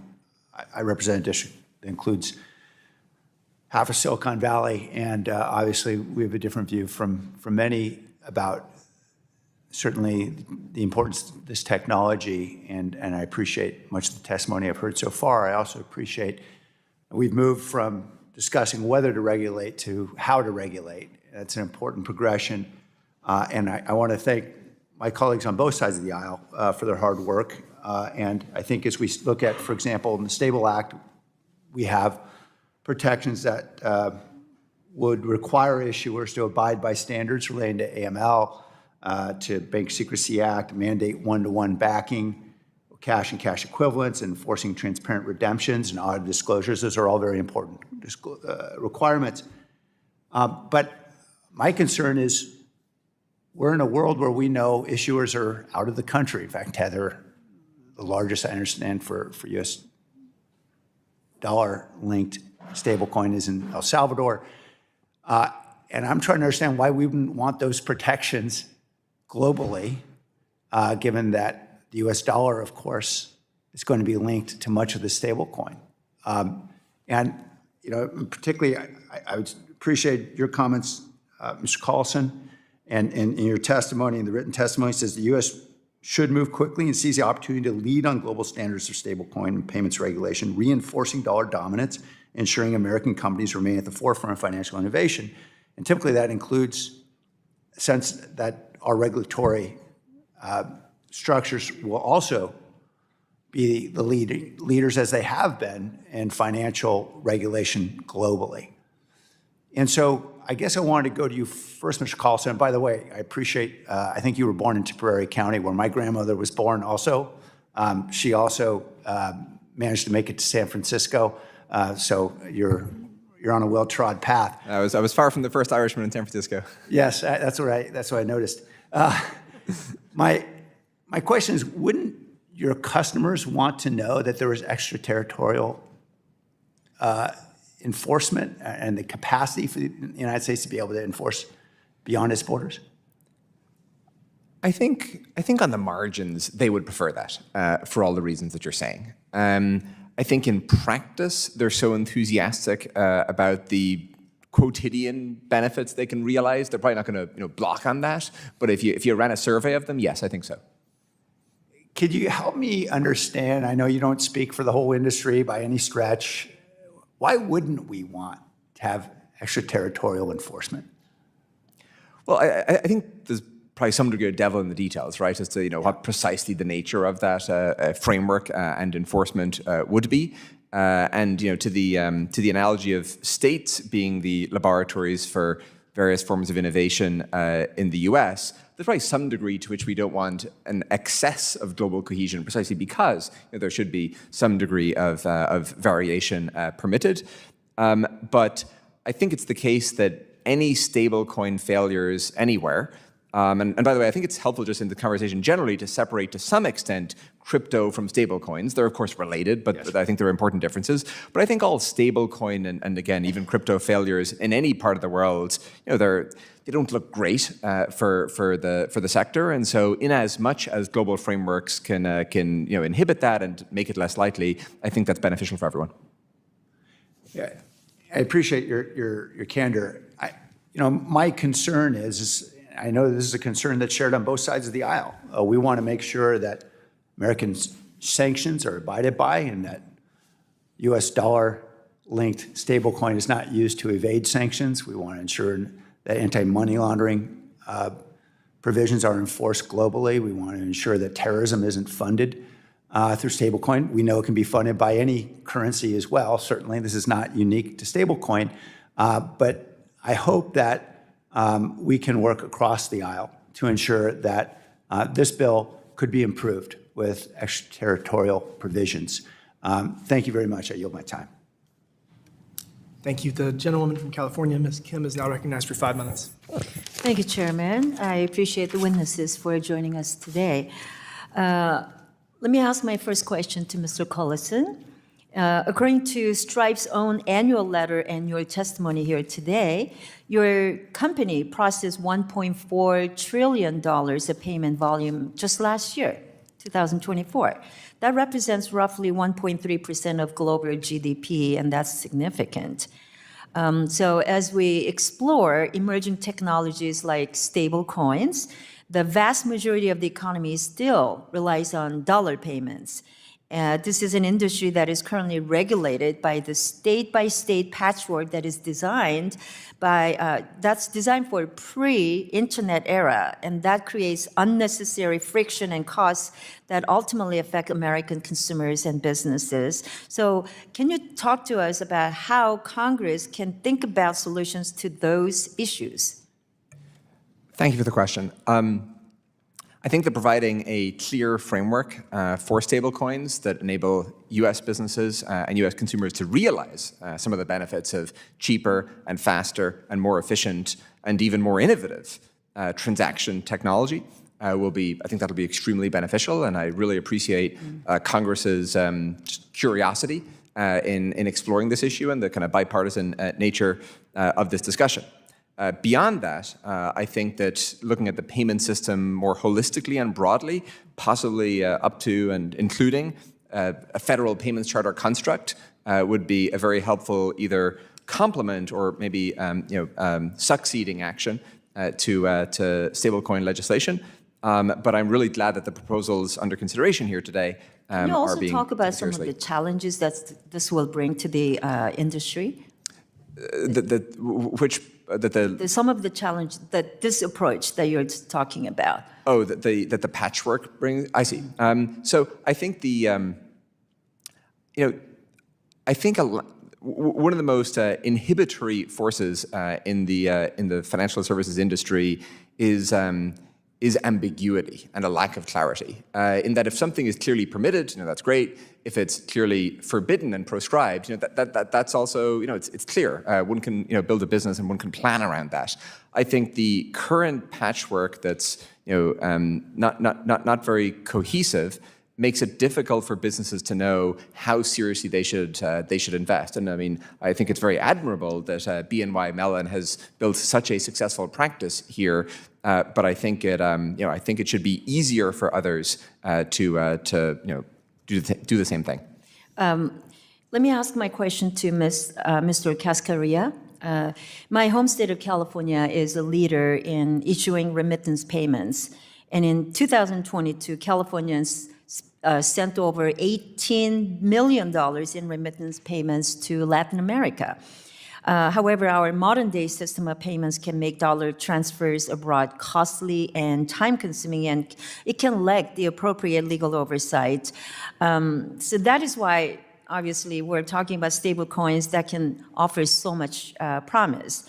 And studies have estimated that stablecoins could reduce remittance costs by as much as 80%, right? So can you talk to us about what makes the traditional payment rail so costly and time-consuming for cross-border payments, and how would stablecoins solve those problems and reduce the remittance costs? Well, I think what's important to think about the way the dollar moves today is really analog. It's almost moving like the post office. It takes 2, 3, 5 days, in some cases, for money to move from one point to another, especially when there's international jurisdictions, and of course, there's high costs and fees. With the stablecoin, it will move instantaneously, 24/7, almost for no cost at all. And by some estimates right now, as much as 30% of remittances are using a stablecoin rail, in which the end user might not even realize it. Because ultimately, a blockchain is just a rail. You don't have to use it as a stablecoin as something that you know. Yet at the same time, have it move in a way that is utilizing the technology. And that's the real promise here. Thank you. Let me ask one more question to Mr. Collison. I know that there is a concern that these funds are being sent to or from bad actors. So how do innovative payment companies work to keep bad actors from accessing funds from untrustworthy sources? I think it's important that we recognize that stablecoins are another transport layer for money. They're the same money, but moved in a different way. And we should bring across the exact same frameworks, BSA, AML, CFT, and so forth, and apply them equally. Thank you. My time's up. I yield back. Thank you. The gentleman from Illinois, Mr. Foster, the ranking member of the Financial Institutions Subcommittee, is now recognized for 5 minutes. Yeah, thank you, Mr. Chair, and to our witnesses. Mr. Cascarilla, Paxos has the ability to block, freeze, and recover fraudulent or mistaken transactions. Could you explain how this works technically, both for hosted and unhosted wallets? You know, for example, could this be used to stop the use of stablecoins for ransomware and other illicit activities? Thank you for the question. I think this is an important point. And as the issuer of various regulated stablecoins, about 5 of them right now, we have the ability as the issuer, because we control the smart contract, and this is an important point, we control the smart contract, we are able to decide if an address should be frozen or if funds should be seized. All right, so for example, if someone's screen locks up with ransomware and it says transfer money into this wallet, you know, this much of one of your stable coins to this wallet, that the person who has that screen can go and contact you and say freeze that wallet and it's done. We have a process for that, but correct, yes. Correct, so you have the ability to put a crowbar in, for example, ransomware or other.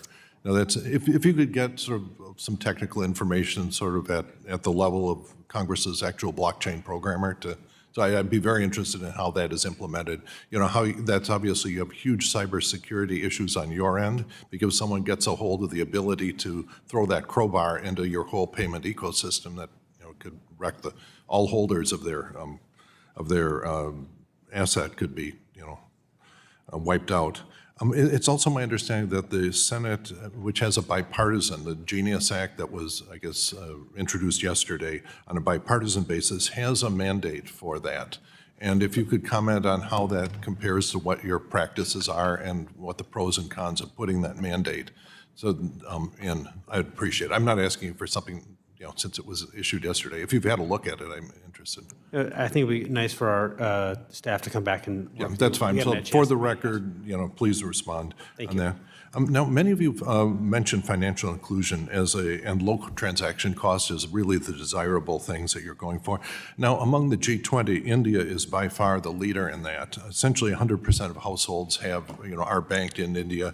If you more than 1 billion people, and the only group that's not banked are women whose husbands don't want them to have a bank account, which is not exactly a financial problem. But in India, if you want to give a pauper 3 rupees, you both get out your cell phones, you do your biometric login, you authenticate to your bank account, you transfer 3 rupees, 0 cost, and essentially 100% penetration. Could you explain what the advantages of a blockchain system are over the system that exists for 1 billion people in India in terms of just everything, you know? It's also my understanding that the system in place in India based on bank accounts is not usable for ransomware. It is not usable for $1.5 billion hacks. And I was just wondering if you could contrast that and particularly describe how a blockchain system would have advantages over that system. Yeah, sure. Is that a question for me? Yeah, sure, yeah. I think the main Mr. advantage is Collison. that, sure. Yeah. Well, either one, yeah. Well, Mr. Collison, why don't you have a swing at that one? I think what India has done with UPI is extremely impressive, and actually we're starting to see similar systems emerge in other countries. Yeah, they're selling the open source software to giving it to other countries which are adopting it. At which point you'll have 0 cost payment rails across borders, which is another use case for stablecoins. Today, these systems are not globally interoperable, and I think the most fundamental advantage that stablecoins confer is this global universality and this global ubiquity, and you don't need to wait on a country-by-country basis for them to roll it out, get adoption. Do you regard that as a feature or a bug? You know, if you're trying to prevent fentanyl payments for fentanyl precursors, it's nice to have a measuring point at the border. You could. I was just wondering if you regard that an absolute cross-border zero surveillance regime is really the endpoint we should head for. I think global access is a huge advantage, but I think to your prior questions, I think the ability for stablecoin issuers to ensure that proper controls are applied and that system integrity is maintained is also really important. Mr. Guynn, during the 2008 financial crisis, how long did it take AAA-rated mortgage-backed security tranches to become toxic assets? And how does that compare to the monthly reporting requirement contemplated in this bill? Sorry, it took a lot longer than the monthly reporting, but those assets are very different from the reserve assets here. Those were not U.S. Treasuries. Those were CDOs or CDO squared, very illiquid assets. The gentleman's time's expired, and I now recognize the gentleman from Wisconsin, Mr. Fitzgerald, for 5 minutes. Thanks to all the witnesses. I know it's a long morning, afternoon. Thanks for being here. We've seen countries like Brazil allow payments not just from digital wallets or payment apps, but as was discussed a couple times this morning, also directly to and from bank accounts as well as instantly between digital wallets from different non-bank providers. As you know, stablecoins, the lower fees, more payment provider competition, wider accessibility, and because stablecoins reduce the cost of the transactions to nearly zero, I think there's a lot of members that are trying to wrap their minds around this. And you know, they can, it just frees up retail businesses, right, with the frictionless, low-cost alternatives. So, Mr. Collison, can you just discuss, I know you've touched on this already, but can you discuss how providing kind of the regulatory clarity through the Stable Act could increase or will increase consumer adoption? Absolutely. So I think in financial services, ambiguity is the greatest inhibitor to adoption. You know, things that are clearly permitted or clearly proscribed, you know, that's clear. And I think we've seen in stablecoins is a lot of enthusiasm, a lot of excitement, but also significant hesitation because you know, well, it's not clear how the ecosystem is going to unfold within the U.S. I think the single most the single best way to ensure that U.S. dollar stablecoins are broadly adopted around the world is for Congress to provide that regulatory clarity. Right. And a regulatory framework will also give businesses more incentive to use the stablecoins for operational transactions, right? Wouldn't you agree? Some stablecoin, I know that some of the issuers are establishing kind of strategic partnerships, I guess you'd call them, and trying to link up with traditional payment companies. So, Mr. Cascarilla, can you discuss some of Paxos partnerships and explain how these kinds of relationships that you guys have been able to develop helps with the integrations and the incentivizing the adoption of all this technology, right?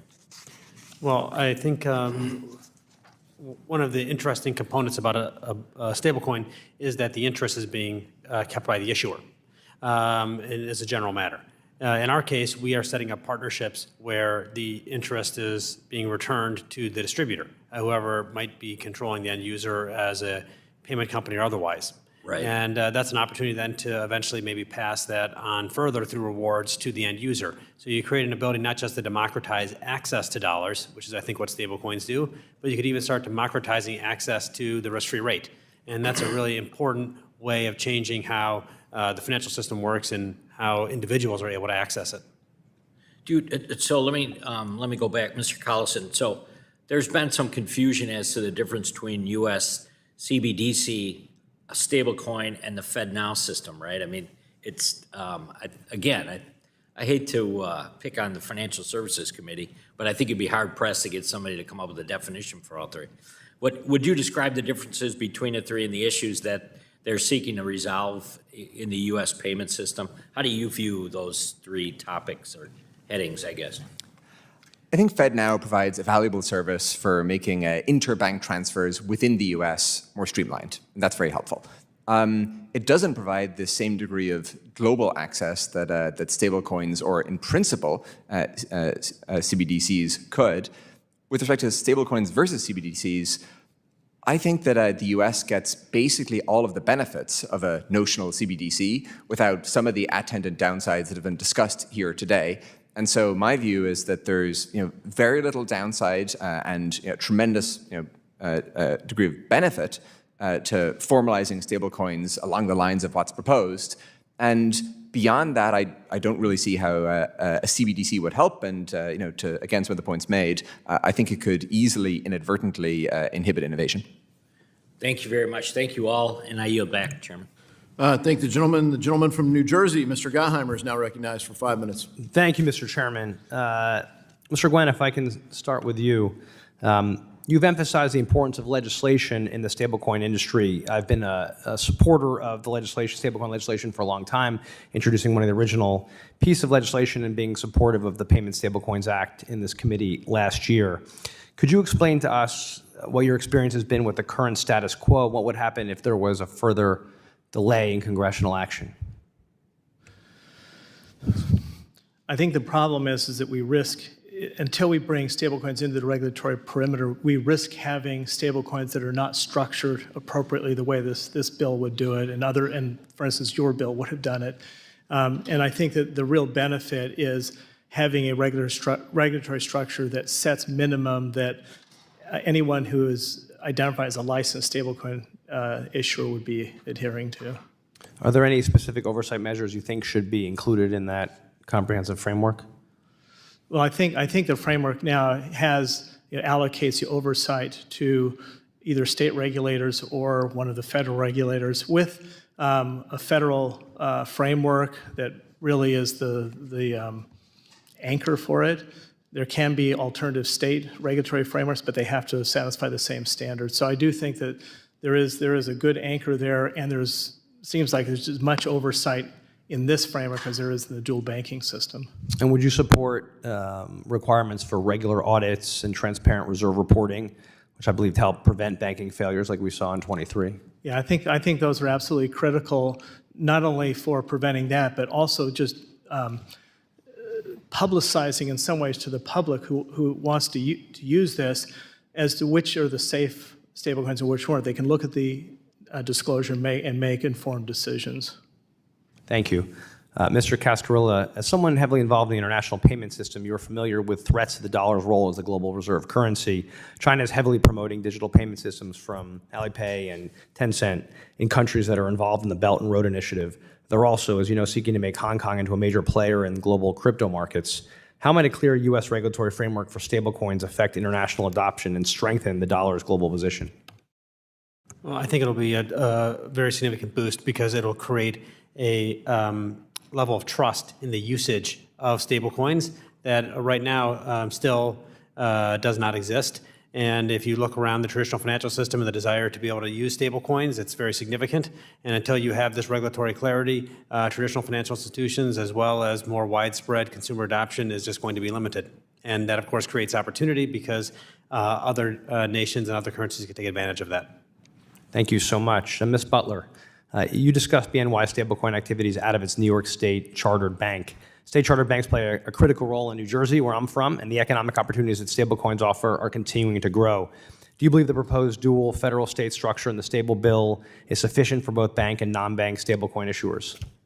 So we support federal consistency, no matter what pathway you choose, whether it's state or federal, but we need to have federal standards applied consistently to all.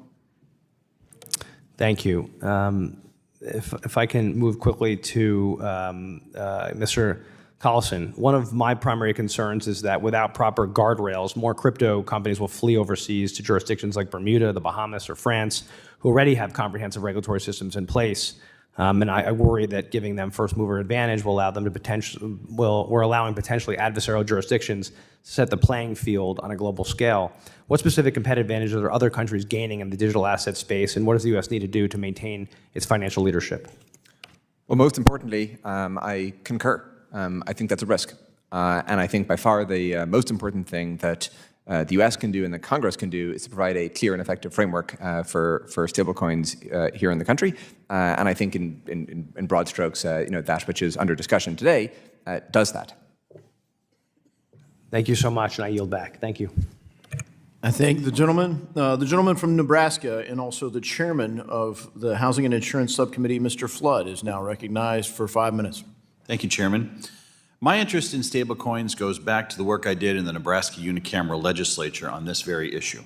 After my bill entitled the Nebraska Financial Innovation Act passed, Nebraska became the second state to have a regulatory structure for a new kind of state-chartered bank called a digital asset depository institution. A Nebraska digital asset depository institution can issue stablecoins, which puts my state in a unique position as it relates to the broader debate about a state pathway within this bill. Due to the laws in our state, I'm interested in the state pathway specifically as it relates to state-chartered bank issuers. My hope is that any federal stablecoin legislation will work hand in glove with our Nebraska Department of Banking and Finance and the work they are already taking on these very issues, and I appreciate the continued dialogue we've had with Chairman Hill and his team on ensuring that we strike just the right balance. Mr. Guynn, can you please walk through your understanding of how the Stable Act would regulate a state-chartered bank subsidiary that issues a stablecoin pursuant to the bill's state pathway? So as I understand it, there's sort of two possible regulatory frameworks. One is 4A, which sets federal standards, and then 4B that would allow a state to have an alternative regulatory regime that would satisfy or exceed those standards. So it's a little bit more restrictive than the dual banking system, where states have a little bit more freedom because the federal standards simply, it's not that they don't apply, it's that they cover a much narrower field of applicability, whereas here the standards are pretty comprehensive. Good answer, because you answered my second question about how it compares to the dual banking system, so thank you. I'd like to emphasize a few things about the state pathway before moving on to my next question. One is that state regulators must get a certification approved by the Treasury, as you've said, showing that their state regime is in line with the bill's federal requirements or exceeding the federal requirements. In addition, there is an exigent circumstances provision in the bill that would allow a federal regulator to step in over a state regulator and enforce directly on state issuers in certain circumstances.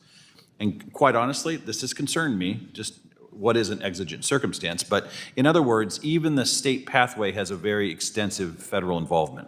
With that caveat, I'd like to highlight a line in Mr. Cascarilla's testimony, which said the following as it related to cross-border regulation of state-chartered stablecoin issuers. And I quote, "Primary oversight should remain with state-chartered issuers, home state regulator, avoiding redundant regulatory burdens," end quote. Mr. Cascarilla, if a state pathway for insurance doesn't include some form of regulatory primacy for the rules of their home state regulator, would state issuers juggling several state regulatory laws be at a disadvantage relative to issuers that receive a federal charter? Yes, they would, and I think that is the exact point, which is today, as a state issuer, you have to juggle a number of different state approvals and exams, and that is a conflicting process that takes up a lot of resources and could certainly snowball in a situation like this. And I appreciate that answer. And let me just say this. Does anybody in this room not think that the New York DFS could handle this? I mean, we have to respect the rights of states to have their own regulatory regime. Mr. Guynn, can you comment on the same question? You know, juggling all these different regulators, does it put the state-chartered issuers at a disadvantage? So, look, we get this question all the time from state issuers as a law firm. There's always a choice, but having a choice between a state and a federal regulatory authority is a good choice to have. And so it may well be that a particular institution decides, I have more freedom to innovate if I'm regulated by a state, even if I have to go through the headache of looking at all these different state laws. Whereas if I go with a national regulatory, then it will be preempted.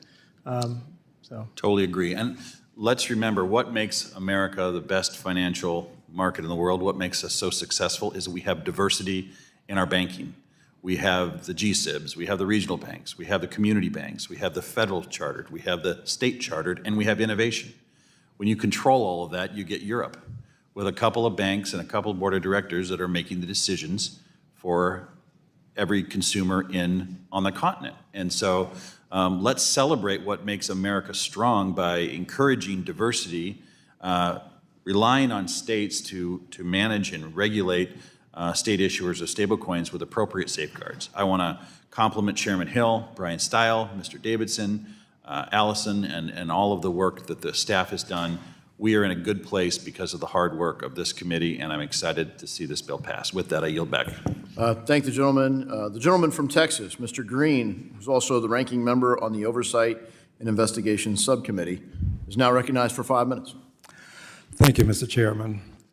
I thank the ranking member as well, and I'm grateful to the witnesses for appearing today. I would like an expression of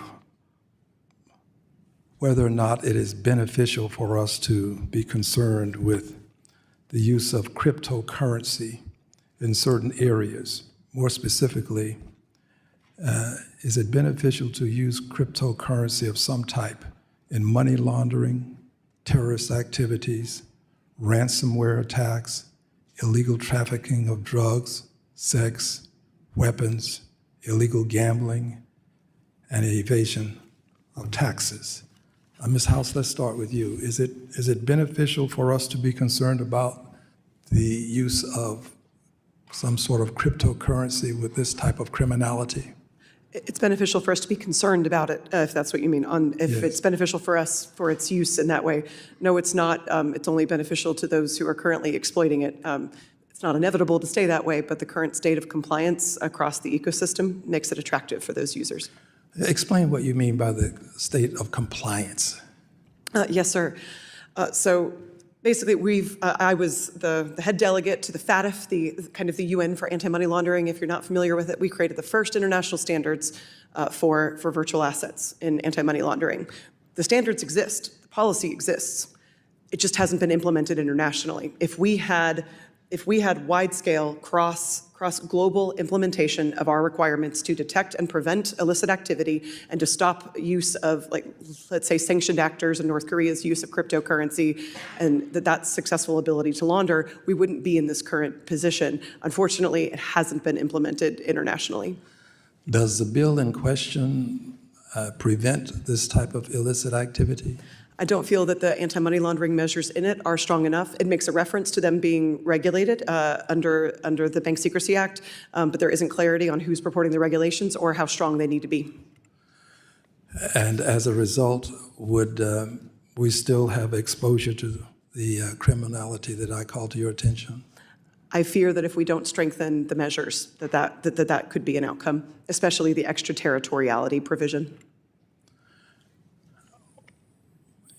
Is there a rush to judgment here, meaning a rush to, I shouldn't say judgment, a rush to get this done such that we don't have the time to carefully craft legislation that will help us prevent this type of criminality? I would hope that even with the exigency of the issue, that given the years of bipartisan work that have been done by many members of this committee and those sitting in this room, we'd be able to leverage that work. I feel that the outcome of that work was more reflected in the the McHenry-Waters bill, which had a more holistic coverage of these protections. I'm not certain why the new legislation doesn't integrate some of those stronger provisions, which I think would be beneficial. Would implementing those stronger provisions somehow weaken that legislation, this new legislation? I don't feel so. I think it would strengthen it and make it truly comprehensive. And do you think that the McHenry-Waters legislation had other redeeming value? Absolutely. I think that it had a much more fulsome, holistic list of different measures. There was some good overlap too, things like one-to-one capital reserve requirements and a restriction on rehypothecation and investment of depositors' assets, basically. But unfortunately, I feel that the Stable Act is missing some of the most important provisions also that are outlined in the McHenry-Waters bill. When this illicit activity takes place and there's a transfer of money in an illegal fashion, for illegal purposes, more appropriately, who benefits from that in the system? Currently, the illicit actors benefit from it. I think that no responsible actor wants to be a platform for money laundering or for North Korean sanctions evasion and proliferation financing. So really, it's the illicit actors that are benefiting from lax controls. Quickly to my last question. So when this occurs, does the the people who are purveyors of the currency, the persons with the system, do they get punished in any way? there should be enforcement actions that can be taken if they fail to meet compliance obligations. Thank you, Mr. Chairman. I yield back. Thank the gentleman. The gentleman from Montana, Mr. Downing, is now recognized for 5 minutes. Thank you, Mr. Chairman, and thank you to the witnesses. I came out of technology, and my formative years, I was part of a company that built really one of the world's first massively scalable computer systems. It was an exciting, innovative time. And I've always said that the United States of America must be the hotbed of innovation, and we cannot cede leadership over emerging technologies to other countries. And that starts with Congress passing clear laws governing cryptocurrencies. And I applaud Chairman Stile for his leadership on the Stable Act, which continues to receive industry feedback. I'm going to start, Mr. Collison. One notable change in the discussion draft of the Stable Act from the 118th Congress is making the OCC the primary regulator and supervisor of non-bank payment stablecoin issuers. So can you discuss the benefits of allowing the OCC to serve as the primary regulator and supervisor for non-bank stablecoin issuers?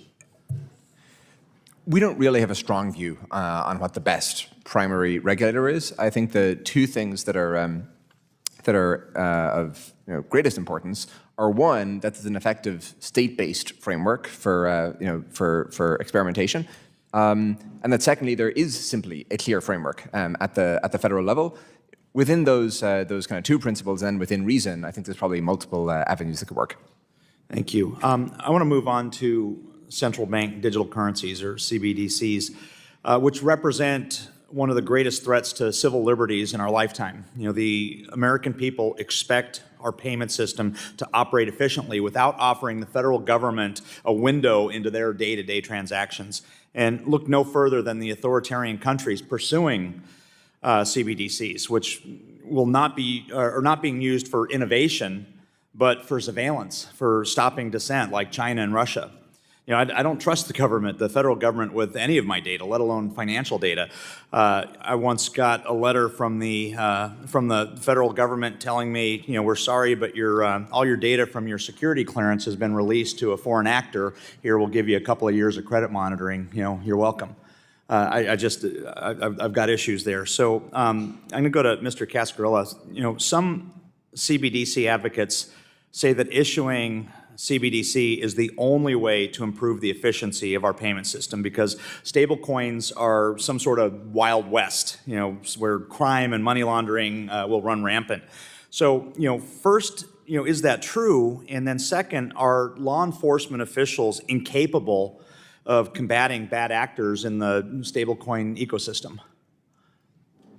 Well, I think that from studies that have been shown and done, they have shown that the amount of illicit activity that's happening in crypto, stablecoins, and blockchain is less than in the traditional financial system, precisely because there's an ability to be able to track movements on-chain forever. And that is an important way to create a new set of tools, as well as being able to create a new set of products to be able to track what's happening. And then secondly, there really isn't an analog to the government offering something to the end user aside from physical cash. It doesn't run its own banking system. It doesn't offer mutual funds, money market funds, et cetera. And in the same way, I don't think that we're going to promote innovation by having the central bank issued digital currency compete with private issuers. Well, thank you. So would the Federal Reserve's issuing CBDC discourage or crowd out digital asset innovation in the United States? I think that it will actually crowd out innovation and slow the adoption on a global basis of using the dollar, precisely because I think some of your fears would also be shared by others outside the United States. Let me go back to stablecoin regulations. The prior administration was no fan of digital assets and payment stablecoins. The SEC under Gary Gensler tried to treat all cryptocurrencies the same as a security, despite many cryptocurrencies clearly serving different purposes. Section 14 of the Stable Act clarifies that payment stablecoins are not securities. So I'm going to go to Mr. Guynn. Can you explain why regulating payment stablecoins as securities is impractical? So the whole goal with payment stablecoins is for it to be accepted as a no questions asked payment instrument, just like a bank deposit. If it is treated as a security, it'll be subject to all kinds of disclosure requirements, which is completely inconsistent with that. The disclosure here are the disclosure requirements in the Stable Act and the structure saying the stablecoin has to be 100% backed by safe assets and things like that. So actually having it be a security would actually undermine the ability of achieving a no questions asked money status. Well, thank you. Unfortunately, my time's expired, so I yield. I thank the gentleman. The gentleman from New York, Mr. Lawler, is now recognized for 5 minutes. Thank you, Mr. Chairman. As a New Yorker, I'm interested in gaining some insight into New York Department of Financial Services, who's been on the leading edge in the reality of how their processes are working in practice. Mr. Cascarilla, since Paxos received the first limited purpose trust charter for digital assets from the New York Department of Financial Services in 2015, can you tell us a bit about how Paxos's experience working with them has been? Well, we were the first trust that was approved really in the country, and it was by New York. And the idea had been at the time that as an infrastructure provider, this would be a very strong way to be able to hold client assets, not just for dollars. We also have a gold stablecoin and others. And we have been able to successfully create some of the most innovative products in the financial system and in the crypto space because of the oversight of the New York Department of Financial Services. What specifically would you attribute as working well, and what do you think could be improved? Well, I think, when you launch a new product, there are many different concerns you have to take into account around customer protections, around safety and soundness, around the ability to operate. And New York has put in place a framework for issuing stable coins that has now been the basis for really the frameworks that have been adopted in a number of other jurisdictions. We also issue stable coins out of both the UAE and Singapore, and they are very substantially similar to what New York pioneered. So I know in your opening statement you touched on your support for reciprocity with other jurisdictions globally that have strong frameworks. Do you think the New York Department of Financial Services should be looking at approving stablecoins that are already approved by other jurisdictions with high standards? Yes, I think that creating a common level of reciprocity for tokens that are issued at the same type of safety and soundness level is just critical. You don't want to balkanize the market. If you balkanize the market, I think you then create opportunities for other currencies and other types of countries to take advantage of it. Now, one of the stories that we've consistently heard from opponents of digital assets is how it provides a significant source of financing for terrorist groups and other illicit activities. And while we must ensure we're combating malign actors, according to recent reports, illicit activity is down, with analysts estimating that crypto transaction volume associated with illicit activity is only 0.34%. Mr. Cascarilla, you already detailed a bit of the work you're doing on due diligence with Mr. Casson.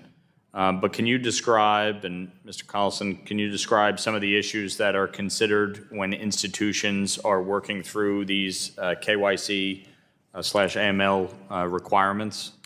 And how do companies like Coinbase approach these requirements? In our case, we are approving customers through bank-like standards. We're regulated in New York under banking law. It's AML, KYC, and BSA rules similar to any other financial institution. And that's important. We want to make sure we know our customers. We want to make sure that we're doing our best to stop illegal or illicit activity from happening through our products. And so far, I think we've been able to show that to a number of large enterprises that use us as their infrastructure. And the importance of making sure that you have those right types of controls in place is what then gives the world the confidence to use these products on a broader basis. Mr. Collison. We have a very strong incentive to not only clear the bar of complying with the law, but to do everything possible to reduce and to eliminate fraud in our ecosystem, because it's actually one of the main reasons that customers come to us. Customers come to us if they're implementing some platform or some little product suite. They often find the fraud that they experience online themselves to be unmanageable, and they come to us for assistance. So we try to lead the industry in this respect, and just like Mr. Cascarilla said, we apply the exact same BSA, AML, KYC, CFT, et cetera standards for our sector. Great. Thank you. I yield back. I thank the gentleman. The other gentleman from New York, Mr. Garbarino, is now recognized for 5 minutes. Thank you, Chairman. Thank you all to the witnesses for being here today. Ms. Butler, New York was the first state regulator to come out with guidance related to stablecoin issuers. I know you chatted with Mr. Muser on this topic before. However, as a New York regulated bank, could you please discuss how you comply with sound custody and disclosure practices? Thank you very much for the question. So we comply with sound custody practices by ensuring that there's asset segregation. We apply AML, BSA, and KYC practices. We have robust risk and control infrastructure around record keeping, as an example. Sounds like you do quite a bit. Yes. And in January 2023, New York DFS released additional guidance reiterating expectations for sound custody and disclosure practices for payment stablecoin issuers. Mr. Cascarilla, you were just talking with my colleague about some of these.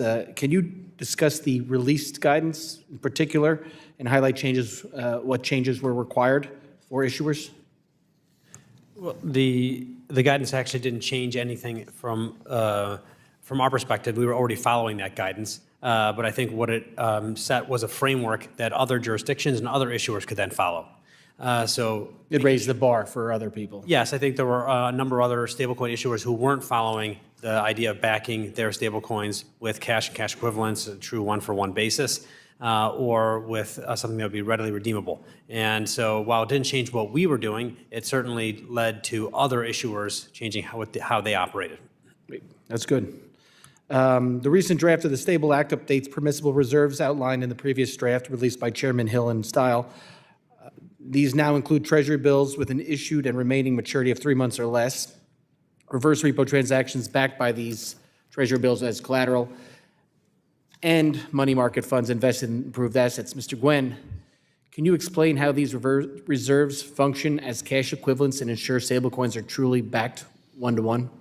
Yeah, so first of all, if you actually, in some ways I think that's too restrictive, but if you actually had a reserve where the maximum maturity is 3 months, typically an issuer would actually ladder those securities, so the average maturity is probably more like something called duration, is probably more like a month or a month and a half. That means that even if there's a pretty big swing in interest rates, the value of those assets only goes down by a modest amount, and so it makes it very easy then to liquidate those if you needed to liquidate and to redeem stablecoins. And to the extent there's any drop in the value below par, the Stable Act would require at least a modest capital buffer that would be used to make up the difference. Our dual banking system, regulatory system, where state and financial regulators share supervisory and regulatory authority, has worked well as it utilizes the strengths of both federal and state regulators while allowing states like New York to remain laboratories for innovation. So Guynn, would you comment on how a national federal framework can complement the work that has already been done at the state level? So assuming that the 4A, I think, is consistent with the state regulatory framework in New York, so I don't think it changes things, but it would create a floor for all other states. States would not be able to create regulatory frameworks that were more relaxed than the federal standard in Section 4A of the Stable Act. What states would be allowed to do is to have more rigorous standards or just apply things differently in a way that allows for more innovation. Is that somebody who agree with setting the floor but not a ceiling? Yes, it's a floor, not a ceiling. And you agree with that? I think in the dual banking system, there's a little more leeway for the states to actually have their own regulations. I could see allowing more leeway for the states here, but that's not what the bill is doing now. Okay, I appreciate that. And with that, I'm going to end early because I know The conference chair would like to ask questions before votes are called. So, Mr. Chairman, I yield back. Yep. I thank the gentlewoman from Michigan, also the chair of the Republican Conference, Ms. McClain, is recognized for 5 minutes. Thank you, Mr. Chair. And thank you all for being here today. I appreciate it. I want to start with Mr. Cascarilla. I want to understand and explore more. Many stablecoin issuers, including Paxos, have set up operations in foreign jurisdictions. Why did you decide to make that decision to set up additional operations abroad? What was the thought process behind that? There's a number of different reasons. I think the first important one is those jurisdictions had a clear set of rules. You had the clarity, the consistency, and the certainty to be able to invest for a long period of time. We have operated out of Singapore for over 10 years, so we've been there for quite a long period of time, and the Monetary Authority of Singapore is a very credible regulator. At the same time, there wasn't a federal framework to be able to operate inside the U.S., and as well-intentioned as the New York Department of Financial Services has been, it's still a state regulator, and in order to be able to operate on a global basis, you need to be able to have, I think, a federal framework. Thank you. And in your view, what would happen if we fail to enact a federal framework? Well, I think you're ceding leadership and potentially ceding the position of the dollar as a world reserve currency. Interesting. Thank you. Mr. Collison, how are small businesses and entrepreneurs using stablecoin to facilitate more international operations? We sometimes discuss an idea at Stripe, the micro multinational, in that if you employ 10,000 or 100,000 people, it's possible to serve 100 markets or something like that. But as a much smaller business or a business just getting started, that's much more difficult. And so I think part of the promise of stablecoins is that for those businesses that are just getting off the ground, it enables them to serve a global audience from day one, and that can multiply their market and thus their revenue quite significantly. Which is a good thing. Yeah. Ms. Butler, BNY is one of the world's largest custodians. It is essential that the Reserve Bank backing stablecoins are secure and transparent. Can you describe how BNY Mellon keeps the stablecoin reserves that it manages safe and that is fully able to meet all of the redemption requests at any time? Thank you very much, Congresswoman, for your questions. So we are the custodian of the reserve, and as such, we apply long-standing custody practices around asset safety. So similar to what we do for the 52 trillion of assets we have under custody. We are not the reserve manager of the reserve itself. That is held by either the stablecoin issuer or a separate reserve manager. Okay. Is there a concern on meeting redemption requests? Or do you feel there's enough regulation around that and how the system is set up? So we support the proposals in the bill to make sure that there is the right safeguards on how you manage the reserves, what assets are in the reserves, how you disclose them, and ensuring that there is regular audits on those reserves. Transparency is good then. Yes, it's good. Mr. Guynn, it is my understanding that Stable Act establishes a federal floor, right, of requirements that all payment stablecoin issuers must meet in order to issue in the United States. So I think that floor is extremely important. Can you explain in layman's terms why it is important to ensure that regulatory framework for payment stablecoin establishes a baseline across state and federal jurisdictions? Sure. So basically, having a federal floor creates uniformity across the United States and across different stablecoin issuers. And I think that's important so that it'll be easy to compare and say everybody is subject to the same standards. There could be some disuniformity, but only by increasing the standards from state to state.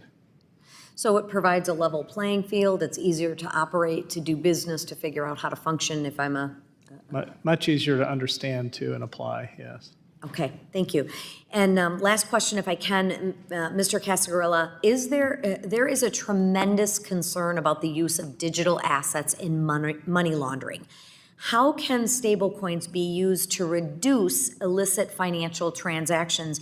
And what protections are included in the Stablecoin Act to inhibit nefarious financial actors? In essence, keep out the bad actors. Yeah, I'll try to be fast. There are requirements for AML, KYC, and BSA. And then secondly, because it's on a... try and occupy this space. So I'm encouraged by this committee's thoughtful discussion and its action. Mr. Collison, as a leader, both as co-founder and now CEO at Stripe, you're on the forefront when it comes to financial innovation. In fact, you know what technology looks like because you've been doing it. Over the next decade, I believe we'll see a dramatic shift towards real-time, data-driven payments and deeper integration of the financial services, and candidly, in everyday life. By passing a stable act, we can unlock a wave of American leadership in digital payments, all while upholding our nation's high standards of consumer protections. Could you talk to us here about how you see the payments landscape evolving over the next 5 years, and what role stablecoins might play in shaping that future? Well, I think you summarized it very nicely yourself just there. I would maybe briefly add, first, I think there are immense opportunities within the U.S. to make things cheaper, more efficient, faster, easier to use. The U.S. today is one of the most expensive countries in the G20, I think the most expensive, in fact, for just basic money movement functionality. There's also a World Bank report this year showing that not only are remittance costs quite high, but they're actually increasing rather than decreasing over time. So there's a lot of opportunity here. And then I think the second angle that's very compelling is the global access to dollars, which is going to enhance the status of the dollar as the world's preeminent reserve currency. And that has geopolitical benefits. It also has straightforward fiscal benefits in lowering U.S. borrowing costs. And so I think the benefits are very extensive. And I think an important point to drive home here is this is American dollar-backed stablecoins, which really help drive this space. God forbid we ever get into a renminbi-backed stablecoin or ruble-backed stablecoin or whatever else is going to be out there. Being able to help drive this as part of our economic engine here in the United States, along with the security that comes with that, puts us in the driver's seat for decades to come. Thank you. Ms. Butler, you're head of digital assets at BNY. You operate globally. You've seen a lot of this stuff take place. However, your experience is working in other jurisdictions, particularly Europe, London, Singapore, others, compared to what we've got here in the U.S.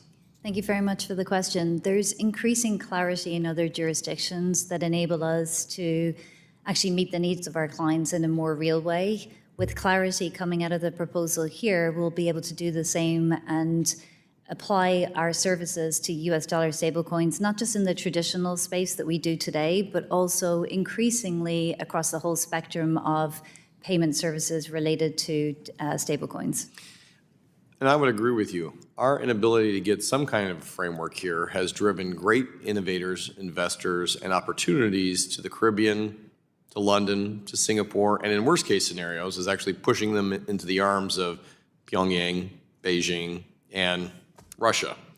Look, Ms. House, you and I got to serve together on a number of national security aspects. Would you agree with me that lack of clarity in this area or lack of regulation could potentially jeopardize the future of America's ability to be competitive in this space? Yes, I think it already has. With that, the lack of opportunity, I know Stable Act may not be exactly what you are looking at, but could you talk to us about some of the things that you think the Stable Act is driving and building out that framework?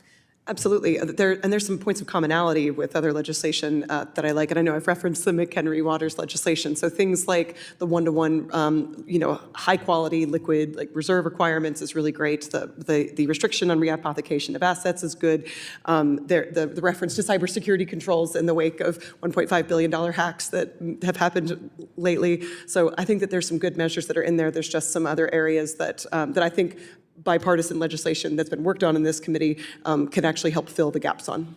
Ms. House, and thank you for your work at the Atlantic Council. I do believe this is a bipartisan issue. More importantly, it's an American issue. If America doesn't start leading in this area, we have the opportunity to bleed out. Mr. Cascarilla, you have highlighted here in our time left, I want to give you a little more time to talk about, I look at illicit financing as being a real challenge in this space. How could Stable Act actually help us clamp down on illicit financiers? Well, I think, first of all, it sets a set of rules for AML, KYC, and BSA, which does not exist today for all issuers, and it also, I think, sets this floor for what people will be able to do and how they will issue on a global basis, so for international issuance as well. Very good. Thank you very much for the time today, Mr. Chairman. I yield back. Yeah, thank the gentleman. The gentleman from North Carolina, Mr. Moore, is now recognized for 5 minutes. Thank you, Mr. Chairman. Ensuring America continues to lead in financial innovation is not just about industry growth. It's also about giving consumers better choices, improving financial access, and protecting consumer privacy. Blockchain technology and digital assets are already transforming the way Americans and businesses transfer value. That's why this week I plan to introduce the Financial Services Innovation Act. This bill aims to ensure the United States remains the home of financial innovation by establishing the Financial Services Innovation Offices within each financial regulator and a federal sandbox for innovative financial products and services. The regulatory sandbox approach has proven successful in states like North Carolina, which launched its financial and insurance regulatory sandbox through the North Carolina Innovation Council in 2021. I just have one question. Ms. Butler, in North Carolina, our regulatory sandbox has fostered innovative services that reduce costs for consumers. They expand access to credit. My question simply is, how will, at the federal level, a regulatory sandbox approach accelerate adoption while ensuring proper oversight? Thank you very much for the question. I think first and foremost, we're seeing a number of sandboxes where we can actually experiment in a controlled way, and that's giving us the ability to really test out the technology. In addition to that, though, we really do need the rules. We need to have the clarity of the rules. We need to have those rules applied consistently across all players in the ecosystem, and I can't underscore that enough. It is super important that everybody, particularly that is issuing and managing and custodying any part related to a US stablecoin, those same rules and high standards are applied, and then you get to experiment within the safety of a sandbox. Thank you, and I want to thank all the witnesses for their testimony before the committee today. With that, Mr. Chairman, I yield back. I thank the gentleman. I would like to ask, thanks all the witnesses. I appreciate your testimony today. And without objection, all members will have 5 legislative days to submit additional written questions for the witnesses to the chairman. The questions will be forwarded to the witnesses for response, and witnesses, when you receive them, please respond no later than April 15th. This hearing stands adjourned.